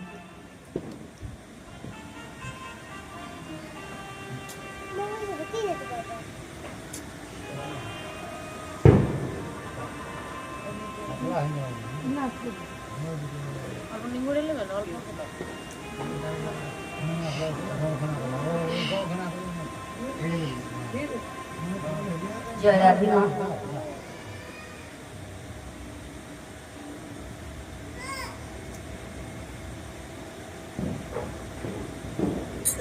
মহামুনি শুকদেব গোস্বামী বলছেন, মহারাজ শ্রীমদ ভাগবতের 5টা রস, শান্ত, দাস্য, সখ্য, বাৎসল্য, মধু, এই পঞ্চরসের পরিকরকে নিয়ে ভগবান মাধুর্যময় লীলা করছেন শ্রীময় বৃন্দাবনে। বলছেন, অনুগ্রহায় ভক্ত নাম মানুষীন তনু মাস্তিতম ভজতে তাদেশু কিরা যান শ্রোতা তৎপর হবে। অর্থাৎ অন্য কথা নয় মা, অর্থাৎ যিনি পরম ব্রহ্ম ভগবান একটি ছোট্ট শিশুর রূপ ধারণ করলেন, যিনি অনাদিরাদি পরম ব্রহ্ম ভগবান। কেন কেন তিনি একটি ছোট্ট শিশুর রূপ ধারণ করলেন? এখানে শুকদেব গোস্বামীর কাছে প্রশ্ন করেছিলেন মহারাজ, যে কেন তিনি, যিনি অনাদিরাদি গোবিন্দ, তিনি কেন ছোট্ট শিশুর রূপ ধারণ করলেন? বললেন, ভগবান এমন একটা জিনিস জানে না, সেটা জানবার জন্য। তাহলে মা, আমরা দেখি যে ভগবান সব নারী ধরে বসে আছে, তাহলে ভগবান কি এমন জানে না যে সেটাকে জানবার জন্য ভগবানকে এই লীলা করতে আসতে হচ্ছে? অনুগ্রহায় ভক্ত নাম মানুষীন তনু আশ্রিতম, একটি মানুষের তনু ধারণ করছেন ভগবান, কি জানে না? তাহলে আমরা আজকে জানবো যে ভগবান কি জানে না। যেমন একটি পদ্ম ফুল, সে মনে মনে চিন্তা করছে, আমি তো ফুলেদের রাজা, তা আমি অতি সহজে ধরা দেব না, আমি অতি সহজে ধরা দেব না। তাহলে কি করব না, পাকে গিয়ে ফুটবো। পদ্ম কোথায় থাকে না? পাকের মধ্যে।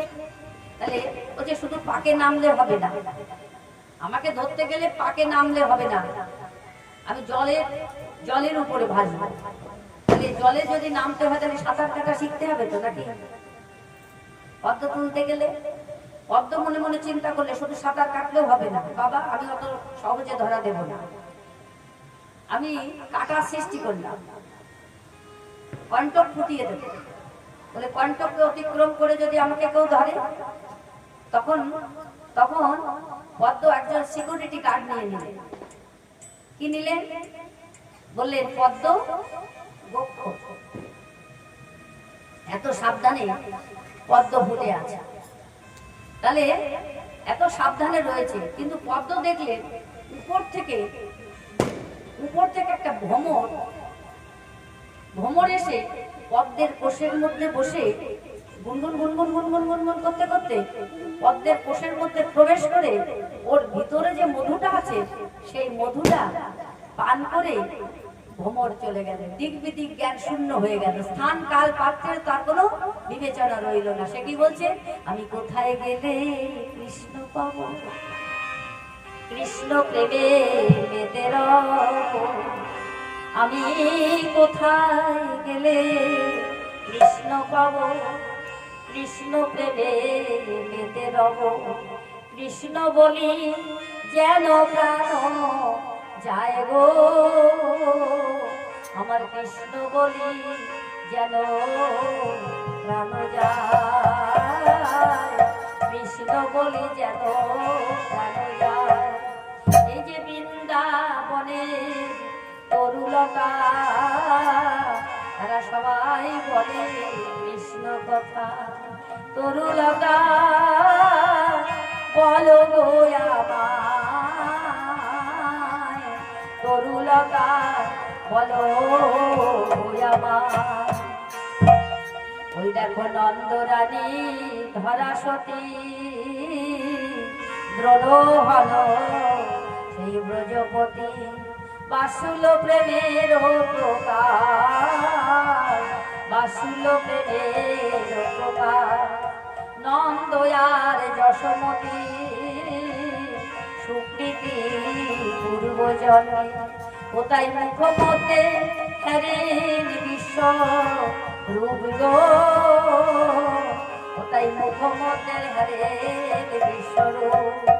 আজ অনাদির আদি যিনি, আমার যশোদার জীবনে তিনি, এই বৃন্দাবনে করে অবস্থা, যার শক্তি বিশ্বময়, আজ সেও প্রেমে বাধা রয়, ভক্তি মাতা করে সম্ভাষণ। আজ অনাদির আদি যিনি, আমার যশোদার জীবনে তিনি, এই বৃন্দাবনে করে অবস্থা। ভ্রমরটা গুনগুন গুনগুন করতে করতে চলে গেল, স্থান কাল পাত্রের কোনো বিবেচনা নেই। এখন ওই পদ্ম মনে মনে চিন্তা করছে, তাই তো আমি এত সাবধানে পাকের মধ্যে জলের উপরে ফুটলাম, কণ্ঠ সৃষ্টি করলাম, সিকিউরিটি গার্ড নিয়ে নিলাম, এত এত করে থেকেও আমার ভিতরে যে মধুটা, সেটা তো আমি জানি না যে সেটা কেমন। তাহলে কে জানে? ভ্রমর জানে, তাই না? তাহলে আমাকে সেবা পুজো করে, আমার চরণ সেবা করে ভক্ত কি সুখ পায়, সেটা তো ভগবান জানে না। তাই সুখদেব বলছে যে ভগবান জানে না এমন একটি বস্তু, যার জন্য আজকে ভক্ত হয়ে তিনি নরলীলা আস্বাদন করবার জন্য, তিনি জানে না আমি জগতের পিতা, আমি তো সকলকে কোলে নিই, আমার চরণে সবাইকে জায়গা দিই, কিন্তু আমি তো কোনোদিন কোলে উঠি নাই। উঠেছে ভগবান কোনোদিন কোলে? উঠে নাই। তাহলে এবার আমি উঠবো। পিতা তার সন্তানকে কোলে নেয়, সন্তান তখন মনে করে একদম নিরাপদ আশ্রয়, ওর মতন নিরাপদ জায়গা, বিশ্বাসী জায়গা কিন্তু কেউ নেই, কোথাও নেই। পিতা যখন তার সন্তানকে কোলে নেয়, তাই না, নিজে কষ্ট পাবে, তবুও সন্তানকে সে উঁচু করে ধরবে, পড়ে গেলেও সন্তানের গায়ে যেন কোনো ব্যথা না লাগে, পিতা সেটা ভাবে। তাই আজকে ভগবান ভাবছে যে কোলে নিয়েছি, কিন্তু আমি তো কোলে উঠি নাই, আজকে আমি কোলে উঠবো। তাই তিনি অনুগ্রহায় ভক্ত নাম মানসিক তনু মাস্তিত, একটি মানসিক তনু মাস্তিত ভক্তদের কৃপা করবার জন্য আজকে ভগবান আজকে নররূপে তিনি আসলেন মধুময় বৃন্দাবন। আজকে মা যশোদার কথা শুনবো, বহু জন্মে সুকৃতি সাধনায় পদে আজ ভগবান গোবিন্দকে তিনি নিজের করে পেয়েছেন। এখানে সুখদেব গোস্বামী তার 7 জন্মের কথা তুলে ধরেছেন, কোন কোন সুকৃতে কোন কোন সাধনায় ভগবানকে তিনি লাভ করেছেন। তাই দামবন্ধন লীলাতে আমরা ওই জায়গাটায় যাব না, আমরা লীলাতে আস্বাদন করব। দেখি কি বলছেন সুখদেব গোস্বামী, আমরা আস্বাদন করব। মা যশোদা এই কার্তিক মাসের একদিন মা যশোদার অনন্ত লীলার পরে আসছেন তিনি। বলছেন কার্তিক মাসের একদিন মা ব্রহ্ম মুহূর্তে উঠে তিনি ভগবানকে তিনি শুয়ে রেখেছেন, ঘুমোচ্ছেন গোপাল।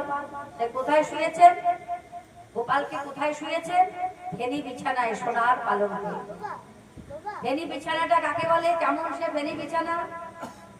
বিছানাটায় সুখদেব বলছেন ফেনি বিছানাটা কেমন? দেখুন, মায়ের 8টা গাভী ছিল, তাকে বলা হতো কামিনী গাভী। মায়ের 8টা গাভী, সেই 8টা গাভী যখন মা দহন করে দুধটা দুয়ে যখন নিয়ে আসতেন, তখন উপরে যে একটা গেজা পড়ে না, উপরে ওই গেজাটা যেমন নরম, তুলব থেকেও নরম। তো ওই রকম বিছানায় মা শুয়ে রেখেছে। গোপাল নিশ্চিন্তে ঘুমোচ্ছে। এবার মা কি করেছে? ব্রহ্ম মুহূর্তে উঠে তিনি দধি মন্থন করছেন। তা দধি মন্থন করছেন, আর তার রূপের বর্ণনা করেছেন সুখদেব গোস্বামী। বলছেন মায়ের একটি কৌম বস্ত্র পরিধান করা, তা সেটাকে আবার কাঞ্জির দ্বারা আবদ্ধ করে রেখেছেন, যাতে এদিক ওদিক ঝুলে না পড়ে। গোপাল সেবার জিনিস তৈরি হচ্ছে, তো ব্যাঘাত ঘটতে পারে, তাই কাঞ্জির দ্বারা সেই কাপড়টা আবদ্ধ করা রয়েছে।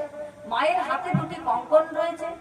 তাই এমনি করে যখন তিনি দধি মন্থন করছেন, কি কিনি শব্দ হচ্ছে। কি কিনবো? ভক্ত কিনবো না ভগবান কিনবো? এই হাটে এসে, হ্যাঁ, এটা তো ভগবানের হাট। হাটে এসে কি কিনবো? ভক্ত আর ভগবান তারা লীলা করছেন, আর আমরা কিনতে এসেছি, তাই তো? তাহলে কি কিনবো? কি কিনি এইগুলো শব্দ করছে। মায়ের চরণে নুপুর রয়েছে, এটা রুনু ঝুনু শব্দ করছে। আর মায়ের খোপাতে মালতী ফুলের মালা দিয়ে খোপাটা বেষ্টন করা রয়েছে। আর মায়ের অঙ্গটা ধর্মার্থ হয়ে গেছে, মানে ঘেমে গেছে, বিন্দু বিন্দু যেন মুক্ত ঝরছে। সর্ব অঙ্গটা সঞ্চালিত করে ভগবানের জন্য তিনি দধি মন্থন করছে। দেখুন, এই যে মন্থনটা দিয়ে ভাগবত আমাদের কি শিক্ষা দিল? একটা লীলা গৌণ আর একটা মুখ্য। তাহলে এই যে লীলাটা দেখছেন না, এটা গৌণ, এর ভিতরে আর একটা মুখ্য লীলা আছে। কি লীলা? বলছেন মা, যদি আপনি 2 কিলো দুধের মধ্যে 2 কিলো জল মিশিয়ে ফেলেছেন, যদি বলা হয় আপনি পৃথক করুন, পারবেন? জ্বালিয়ে শুকিয়ে ফেলতে পারবেন, কিন্তু জল আর দুধ আলাদা করতে পারবেন না। এই মা যশোদা শিক্ষা দিচ্ছেন যে আমাদের আর সংসারে দুধ আর জলের সঙ্গে তুলনা করলেন। আপনি এমন করে ওই সংসার জলের মধ্যে, আপনি তো দুগ্ধ, আপনি জলের মধ্যে এমন করে মিশে গেছেন, আপনি আলাদা করতে পারছেন না। কি বলছেন? ওটা আমার স্বামী, ওটা আমার সন্তান, ওটা আমার নাতিপুতি, আমার সংসার। ওরে বাবা, একটু এদিক ওদিক হলেই তো আমার সর্বনাশ হয়ে যাবে, তাই না? তাহলে ওটা জলের মধ্যে আপনি এমন করে মিশে গেছেন, কিন্তু আপনি পৃথক করতে পারছেন না। এটা মায়ার সংসার। তাই মা যশোদা কি বলছে? ওটাকে পৃথক যদি করতে হয়, তাহলে আপনি ব্রহ্ম মুহূর্তে উঠে ওই দুধ আর জলটা মিশে গেছেন, তো ওটা জ্বালিয়ে দধি পেতে ফেলুন। ব্রহ্ম মুহূর্তে উঠে তখন আপনি যখন দধি মন্থন করবেন না, তখন দেখবেন দুধ আর জল আলাদা হয়ে গেছে। জল নিচে পড়ে আছে, আর ওর থেকে ননি উঠে ভাসছে জলের পরে। ঠিক আপনি যদি ভজনের নদী হতে পারেন, আপনাদের এই পাশে কি নদী বলে মা? হ্যাঁ, তাহলে এই নদীটায় যদি আপনার ওই নদীটা নিয়ে ছেড়ে দিন, আপনি জলের মধ্যে 2 কিলো জলের মধ্যে মিশে গিয়েছিলেন, পৃথক করার ক্ষমতা নেই। কিন্তু যখন আপনি ভজনের নদী হয়ে গেলেন, তখন এই জলে ছেড়ে দিন, দেখবেন ওই নদীটা ভাসবে, জলে আর ডুববার ভয় থাকে না। কি বলছেন? ঠিক তো? তাহলে সংসারের মধ্যে থেকেই সাধন ভজন করলে সেই নদীটা যদি হয়ে যায়, সংসারে আসক্তি শূন্য হয়ে যাবে। একদিন তো ছেড়ে যেতেই হবে বাবা। তাই আস্তে আস্তে আপনি সংসারের থেকে একটু মায়া তুলে যদি গোবিন্দ চরণে দিতে পারেন, তাই বলছে তেষাং সতত যুক্তানাং ভজতাং প্রীতিপূর্বকম দদামি বুদ্ধিযোগম তাং যেন মাম প্রজান্তিতে। যে ভক্ত আহারে বিহারে শয়নে স্বপনে নিশি জাগরণে যে একমাত্র আমার সঙ্গে যুক্ত থাকে, প্রীতিপূর্বকম আমাকে ভালোবাসে, দদামি বুদ্ধিযোগম তাং যেন মাম প্রজান্তিতে, সেই ভক্তের হৃদয়ে আমি এমন করে বুদ্ধিটা প্রেরণ করি অতি সহজে সে যেন আমাকে লাভ করতে পারে। আর আমাকে যদি কেউ একবার লাভ করে ফেলে তাহলে তাকে আর এই পার্থিব জগতে এসে কিতাব ঝালা ভোগ করে সংসারে দুঃখ কষ্ট পেতে হয় না। আমি সেই ভক্তের একমাত্র প্রিয়জন হয়ে যাই। তাই আজকে মা যশোদা দধি মন্থনের মধ্যে দিয়ে জগৎকে এটাই শিক্ষা দিলেন। দেখেছেন, শুধু ওমা ভাগবত পড়লে হবে না, ভাগবত শুধু পড়লে হবে না, ভাগবত শুধু মুখস্থ করলে হবে না, ভাগবতের ভেতরের যে যে আমি কেন দধি মন্থন করব, এই নদীটা দিয়ে কি হবে, ওই নদীটা তখন গোপাল গোবিন্দের সেবায় লাগবে। আপনার এই পূর্ণ দেহটা আপনার গোবিন্দ গৌর গোবিন্দের সেবায় লেগে যাবে, তাহলে সেবার অধিকারী হওয়া যায় না মা। তাই মা যশোদা দধি মন্থন করছেন আর কি করছেন, মুখে তিনি গোপালের নাম করছেন, গোপালের নাম করছেন। তাহলে প্রত্যেকটা ইন্দ্র দিয়ে আমাদের এই যে 5টা কর্মেন্দ্রিয়, 5টা জ্ঞানেন্দ্রিয়, এই যে 10টা ইন্দ্র, প্রত্যেকটা ইন্দ্র দিয়ে মন দিয়ে তিনি ভগবান গোপালের সেবা করছেন এই কার্তিক মাসে দামোদর মাসে। আর এই দামোদর মাস তো মা কি বলবো, এই দামোদর মাসে না গোপালের পেটটা না সহজে ভরে না মা। যে যা দেবেন একেবারে গোপাল একবার মনের আনন্দে সেবা করে ফেলবে, যা দেবেন আর গোপাল তাকেই কৃপা করবে। গোপাল সব নিজে বন্ধন স্বীকার করে জগৎকে তিনি মুক্তিদাতা, মুক্তি দেবেন। এটা আমার গোপালের বিশেষ কৃপা এই কার্তিক মাসে, অন্য মাসে না কিন্তু মা, অন্য মাসে এত অপশন দেয় না, এখানে কোনো কাটমানিটানি হবে না, আর যেটা দেবেন সেটাই পাবে। তাই মা যশোদা দধি মন্থন করছেন আর গোপালের নাম করছেন, কি বলছে, জয় গোবিন্দ জয় গোপাল কেশব মাধব জয় দীন দয়াল, জয় গোবিন্দ জয় গোপাল কেশব মাধব দীন দয়াল, কেশব মাধব দীন দয়াল, কেশব মাধব দীন দয়াল, কেশব মাধব দীন দয়াল, কেশব মাধব দীন দয়াল, জয় গোবিন্দ জয় গোপাল কেশব মাধব দীন দয়াল, গোবিন্দ জয় গোপাল কেশব মাধব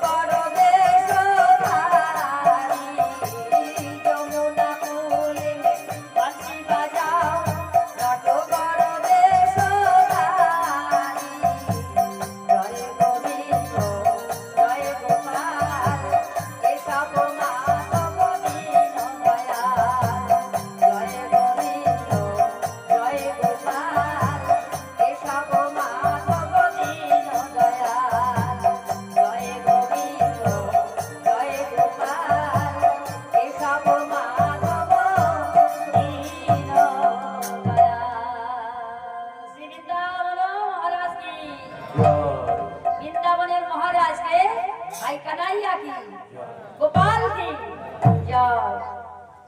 মা যশোদার গোপাল এবার কি করেছে, মা ক্ষণ মুহূর্তের জন্য মুখে কৃষ্ণ নামটা মানে গোপালের নামটা বন্ধ করে দিয়েছে।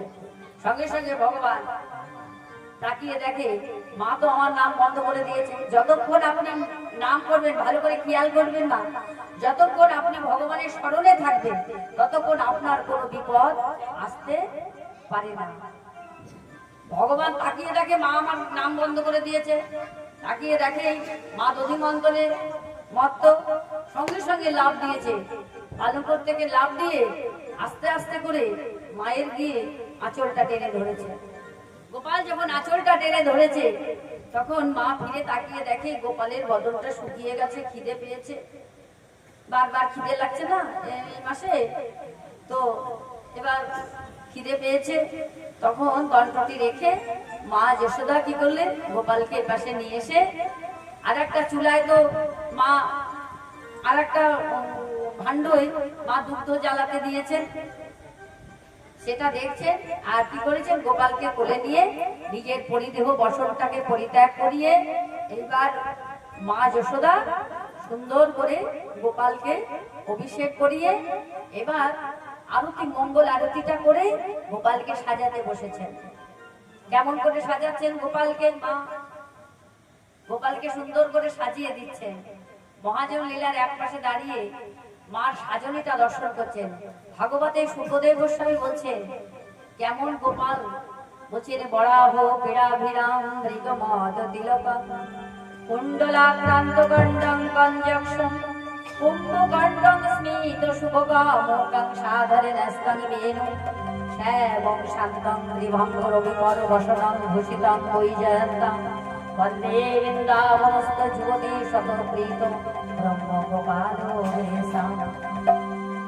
মা যশোদা সুন্দর করে সাজাচ্ছেন, কি বলছেন, আমার মনোমতো করে সাজাবো সুন্দর গোপাল তোমাকে, আমার মনোমতো করে সাজাবো সুন্দর গোপাল তোমারে।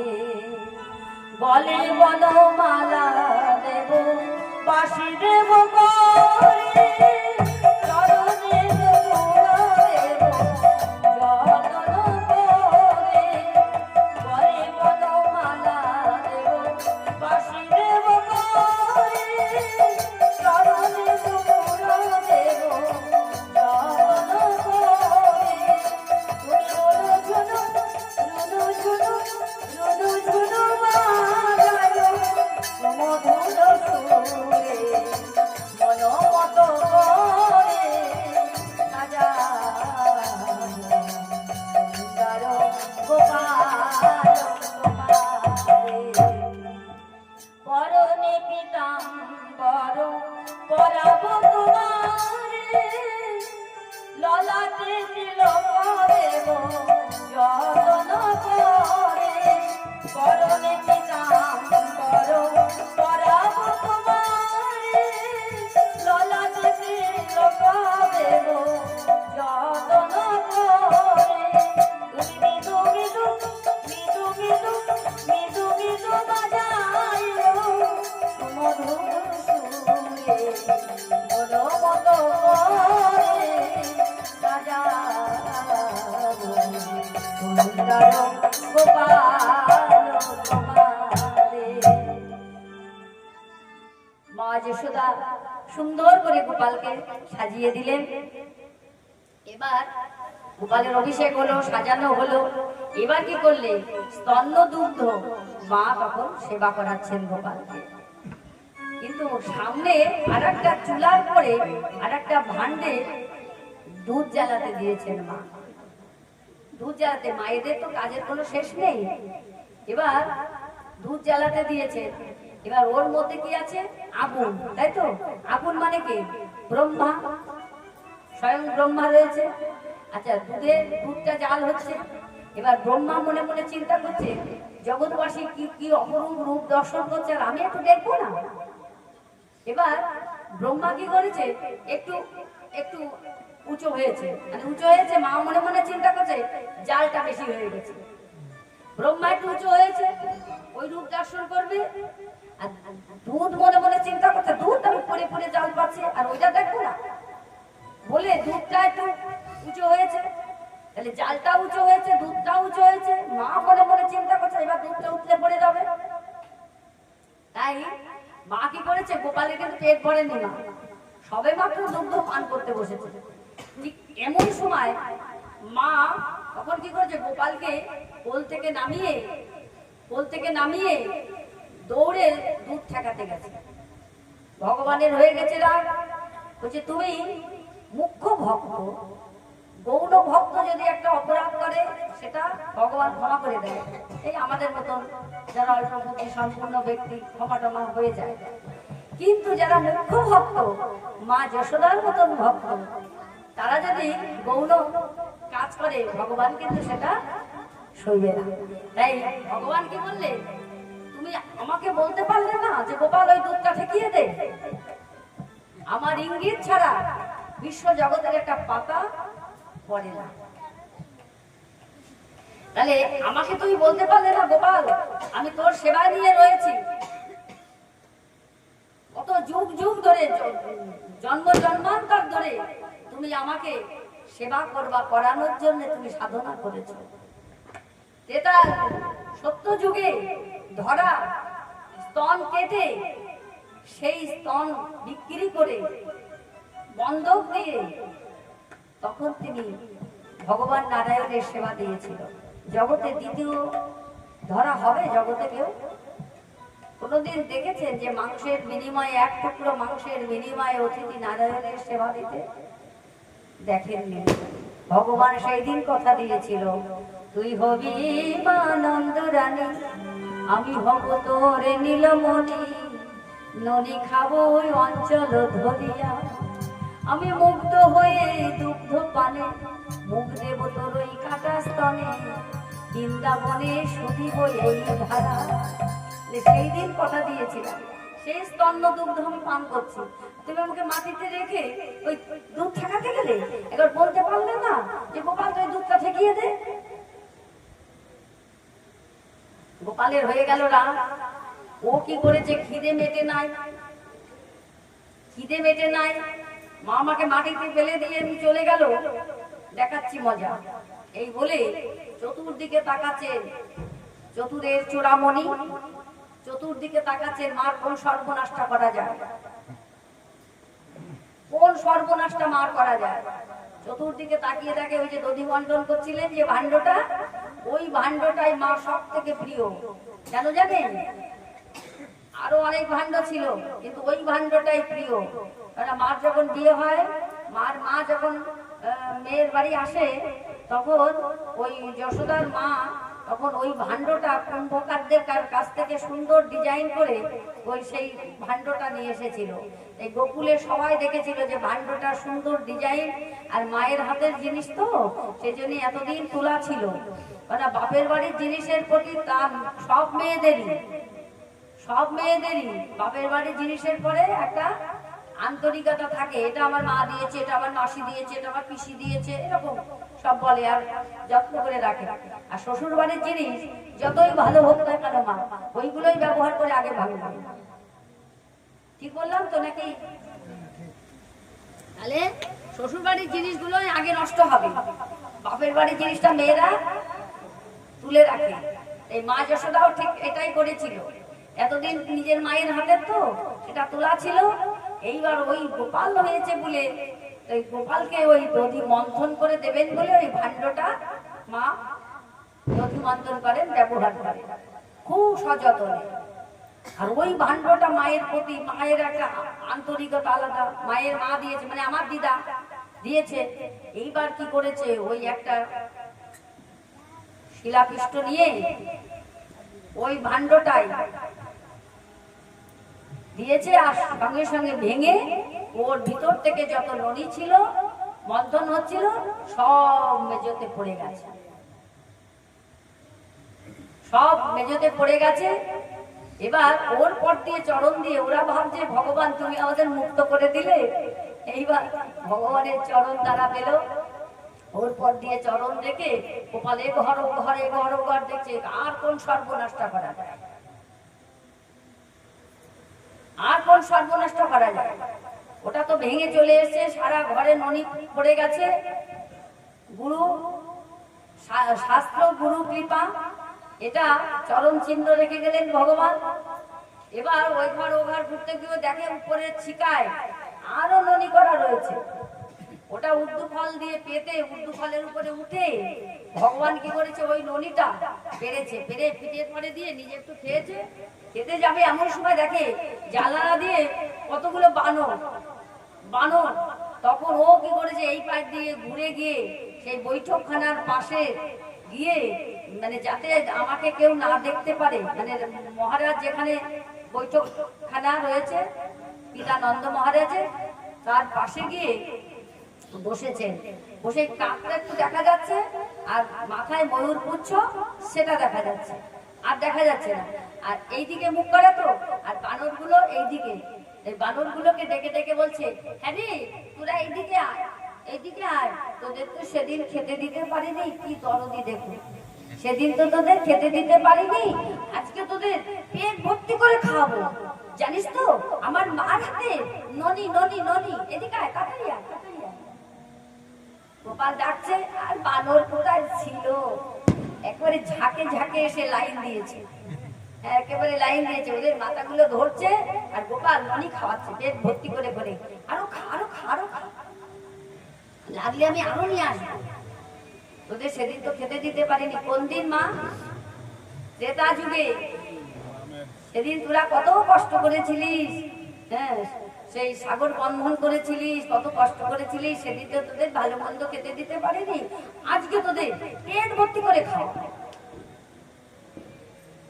গোপাল খাওয়াচ্ছে আর বানরগুলো মনের আনন্দে একেবারে হস্তস্থিত ননি ভগবানের তারা প্রাণ ভরে খাচ্ছে।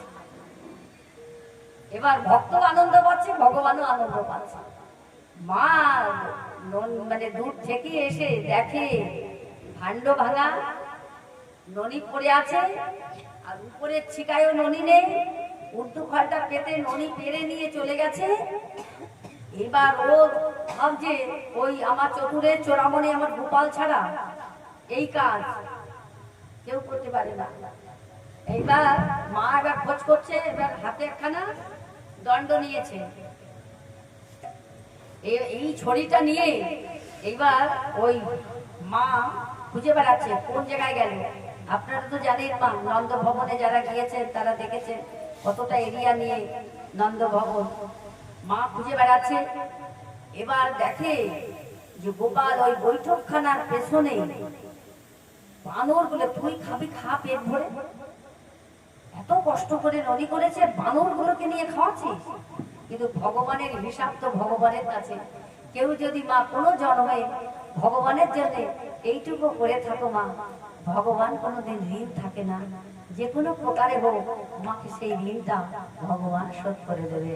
যে যথামাং প্রবর্তন দেই তাং ততস্তৈব ভজম মহা, যে আমাকে যেমন ভজে আমিও তাকে তেমনি ভজি, এমনই ভগবান। তাহলে ভগবান এমনি করে খাওয়াচ্ছে, মা যশোদা পেছন দিক থেকে যাচ্ছে। এইবার পেছন দিক থেকে গিয়ে বানর গুলো তো দেখতে পেয়েছে, ওদের মুখটাই দিকে বানর গুলো পিছাচ্ছে, মানে ননি খেতে চাচ্ছে না, বানর গুলো পিছাচ্ছে মায়ের হাতে ওই লাঠিটা দেখে বানর গুলো পিছাচ্ছে। আর বলছে তোরা চলে যাচ্ছিস কেন, চলে যাচ্ছিস কেন, এদিকে আয় এদিকে আয়, আরো তোদের খাওয়াবো, আরো ননি নিয়ে আসবো। আর দাঁড়ায় ওরা রত বড় লাঠি দেখে পেছন ফিরে তাকিয়ে দেখে গোপাল আমার মা লাঠি নিয়ে আসছে। এবার গোপাল আর কোথায় যাবে বাবা, ও উর্দু কলের থেকে লাফ দিয়ে পড়ে ও দৌড়াচ্ছে। জানেন মা, এখানে সুখদেব গোস্বামী বলছেন মহারাজ যিনি সর্বব্যাপী আছে, সর্বব্যাপককে কোনোদিন দৌড়ে ধরা যায়? যিনি আনন্দ ভরসায়ন সেই সর্বব্যাপককে ধরবার জন্যে এক আলা ভোলা গোয়ালিনী মা যশোদা তাকে ধরবার জন্যে পাগলের মতো ছুটে চলেছেন, ছুটে চলেছেন।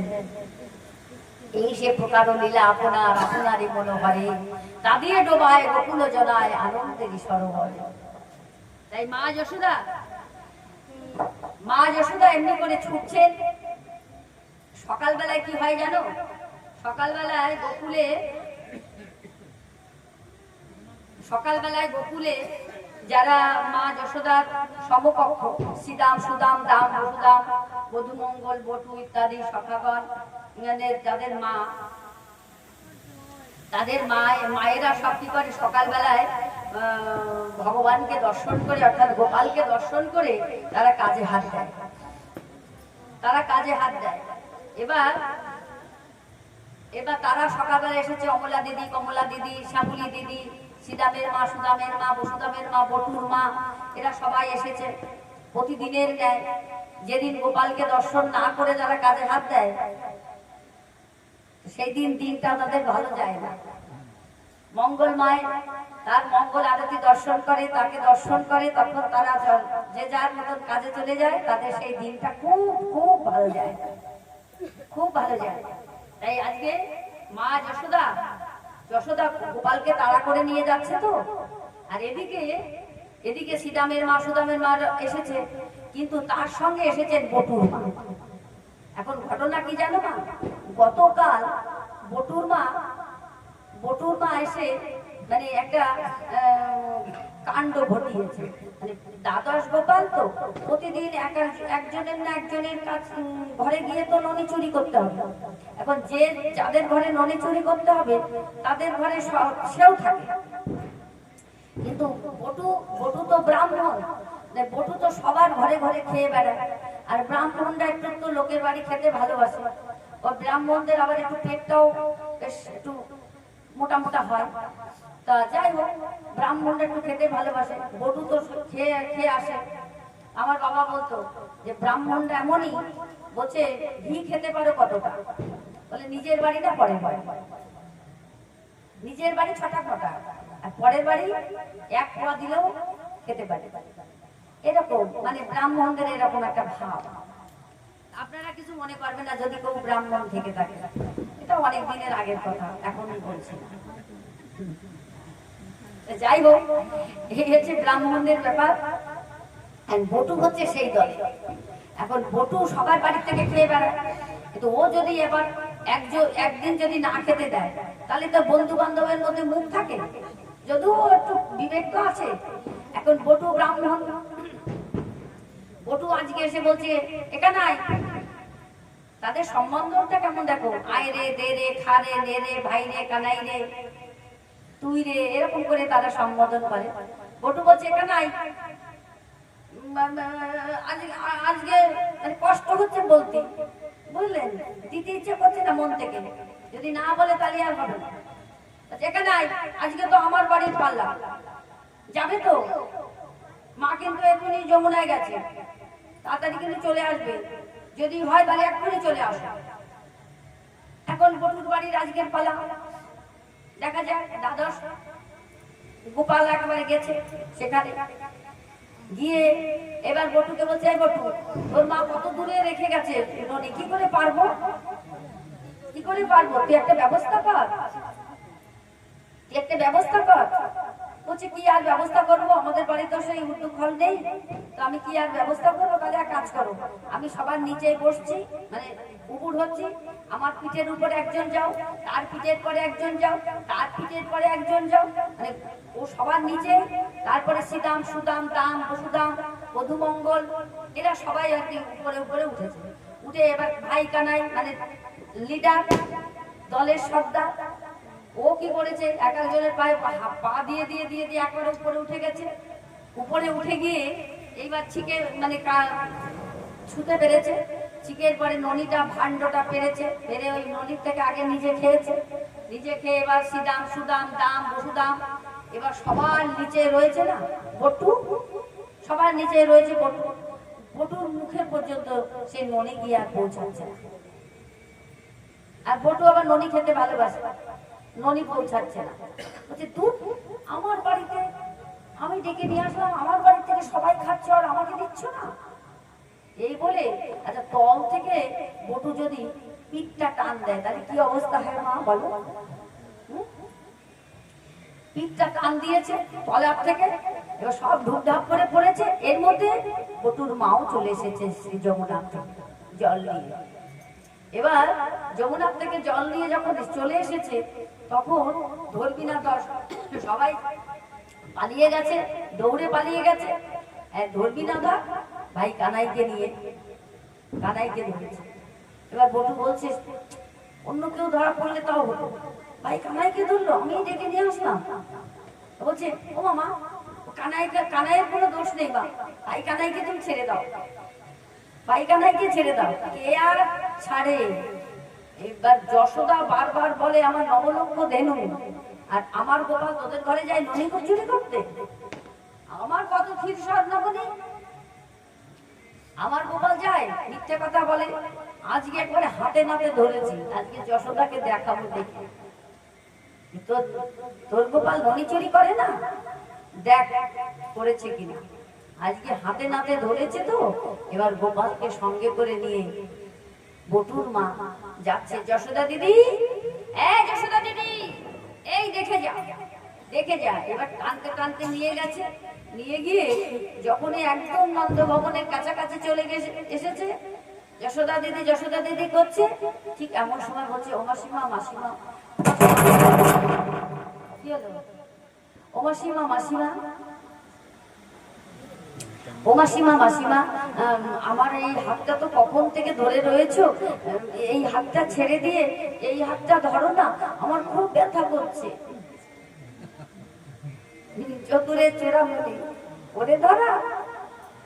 এইবার যখন বটু তো কাছেই রয়েছে, হ্যাঁ, এবার বটু বারবার বলছে ওমা মা ছেড়ে দাও, ওমা মা ছেড়ে দাও।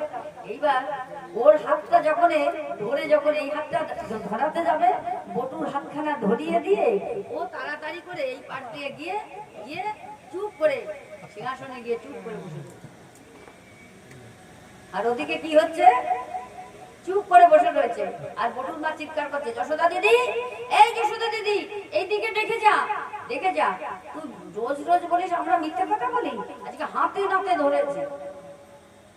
যশোদা দিদি বলছে কি হয়েছে রে? আরে অমলা দিদি কি হয়েছে? তুই চিৎকার করছিস কেন? বলছে আজকে হাতে নাতে ধরেছি। কাকে ধরেছিস? অমর করছিস কেন? কাকে ধরেছিস? বলে কেন গোপালকে? বলে ভালো করে তাকে তাকিয়ে দেখ কাকে ধরেছি। দেখে নিজের ছেলের হাতখানা ধরা ধরেছে। এইবার মা যশোদা তো জানে আমার গোপালের নামে মিথ্যে কথা বলেছে। গোপাল কি ননি চুরি করতে গেছে নাকি? আর গোপালকে যখনই বকে, গোপাল বলে জানো মা প্রত্যেকটা ঘরে ঘরে না আমাকে ডাকে, আমাকে না ডাকলে কি আমি যাই নাকি? যশোদা বলে তোরা দরজাটা ভালো করে খিল দিয়ে রাখবি, প্রদীপটা নিভিয়ে রাখবি। বলছে তোর গোপাল যে ঘরে ঢোকে সেই ঘরে প্রদীপ জ্বালানো লাগে না, এমনি আলোয় আলোকিত হয়ে যায় যে ঘরে গোপাল ঢোকে। একবার ছোঁয়াছে রোগের মতন। হ্যাঁ, যে ঘরে গোপাল ঢোকে সেই ঘরটাই আলোয় আলোকিত হয়ে যায়। আর তোরা কি করিস? একটা প্রদীপ জ্বালিয়ে দরজাটা একটু আস্তে করে দিয়ে আর মনে মনে বলিস গোপাল একবার এসে আমাদের ননিটাও খাও না গোপাল। আর যখন গোপাল খেতে যায় তখন চোর চোর বদনাম দিস তোরা। দাঁড়া দেখাচ্ছি তোদের মজা। আজকে বটুর মাও এসেছে সবার সামনে। এবার বটুর মাকে দেখে আরো বেশি মা রেগে গেছে। কালকে তুই আমার গোপালের নামে বদনাম দিয়েছিস না, চোর বদনাম। দেখ তোরা শুধু গোপালের আদরটা দেখেছিস, শাসনটা দেখিসনি। আজকে তোরা শাসনটা দেখবি। মায়েরা যখন ছেলে মেয়েদের একটু শাসন করে না, তখন দেখবেন কারণ না কারণ করে একটু রাগ করে করে। এটা শাসন হয়? হয় শাসন? প্রকৃত শাসন ওইভাবে হয় না মা।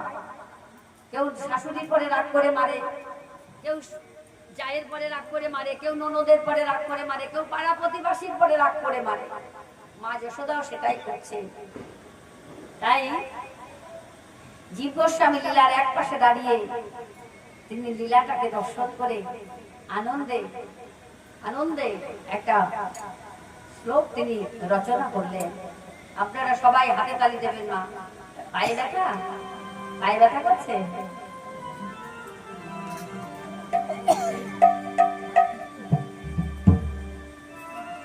পায়ে ব্যথা করছে? ঠিক আছে মা, আর বেশিক্ষণ করবো না। আপনারা সবাই হাতে তালি দিয়ে এই মাসের যে ব্রতটা আপনারা আস্বাদন করবেন। নমমীশ্বর দেব দামোদর শোচিত আনন্দ কায়। নমমীশ্বর দেব দামোদর শোচিত আনন্দ কায়। কর্ণেতে কুণ্ডল করে চল বল শিবকুলে শোভা পায়। যশোদা ভজতে কুতুকালোতে নামিয়া দৌড়িয়া যায়। ও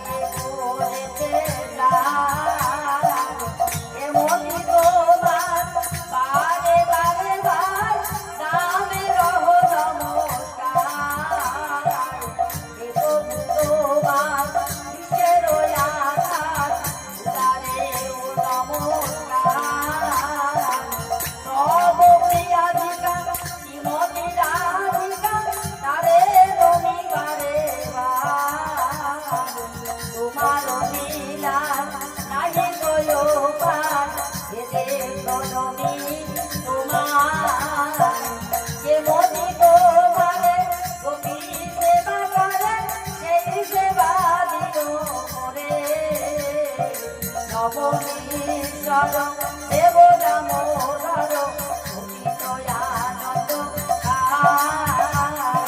নবনীশ্বর দেব দামোদর অভিনয়ানন্দ নবনীশ্বর দেব দামোদর অভিনয়ানন্দ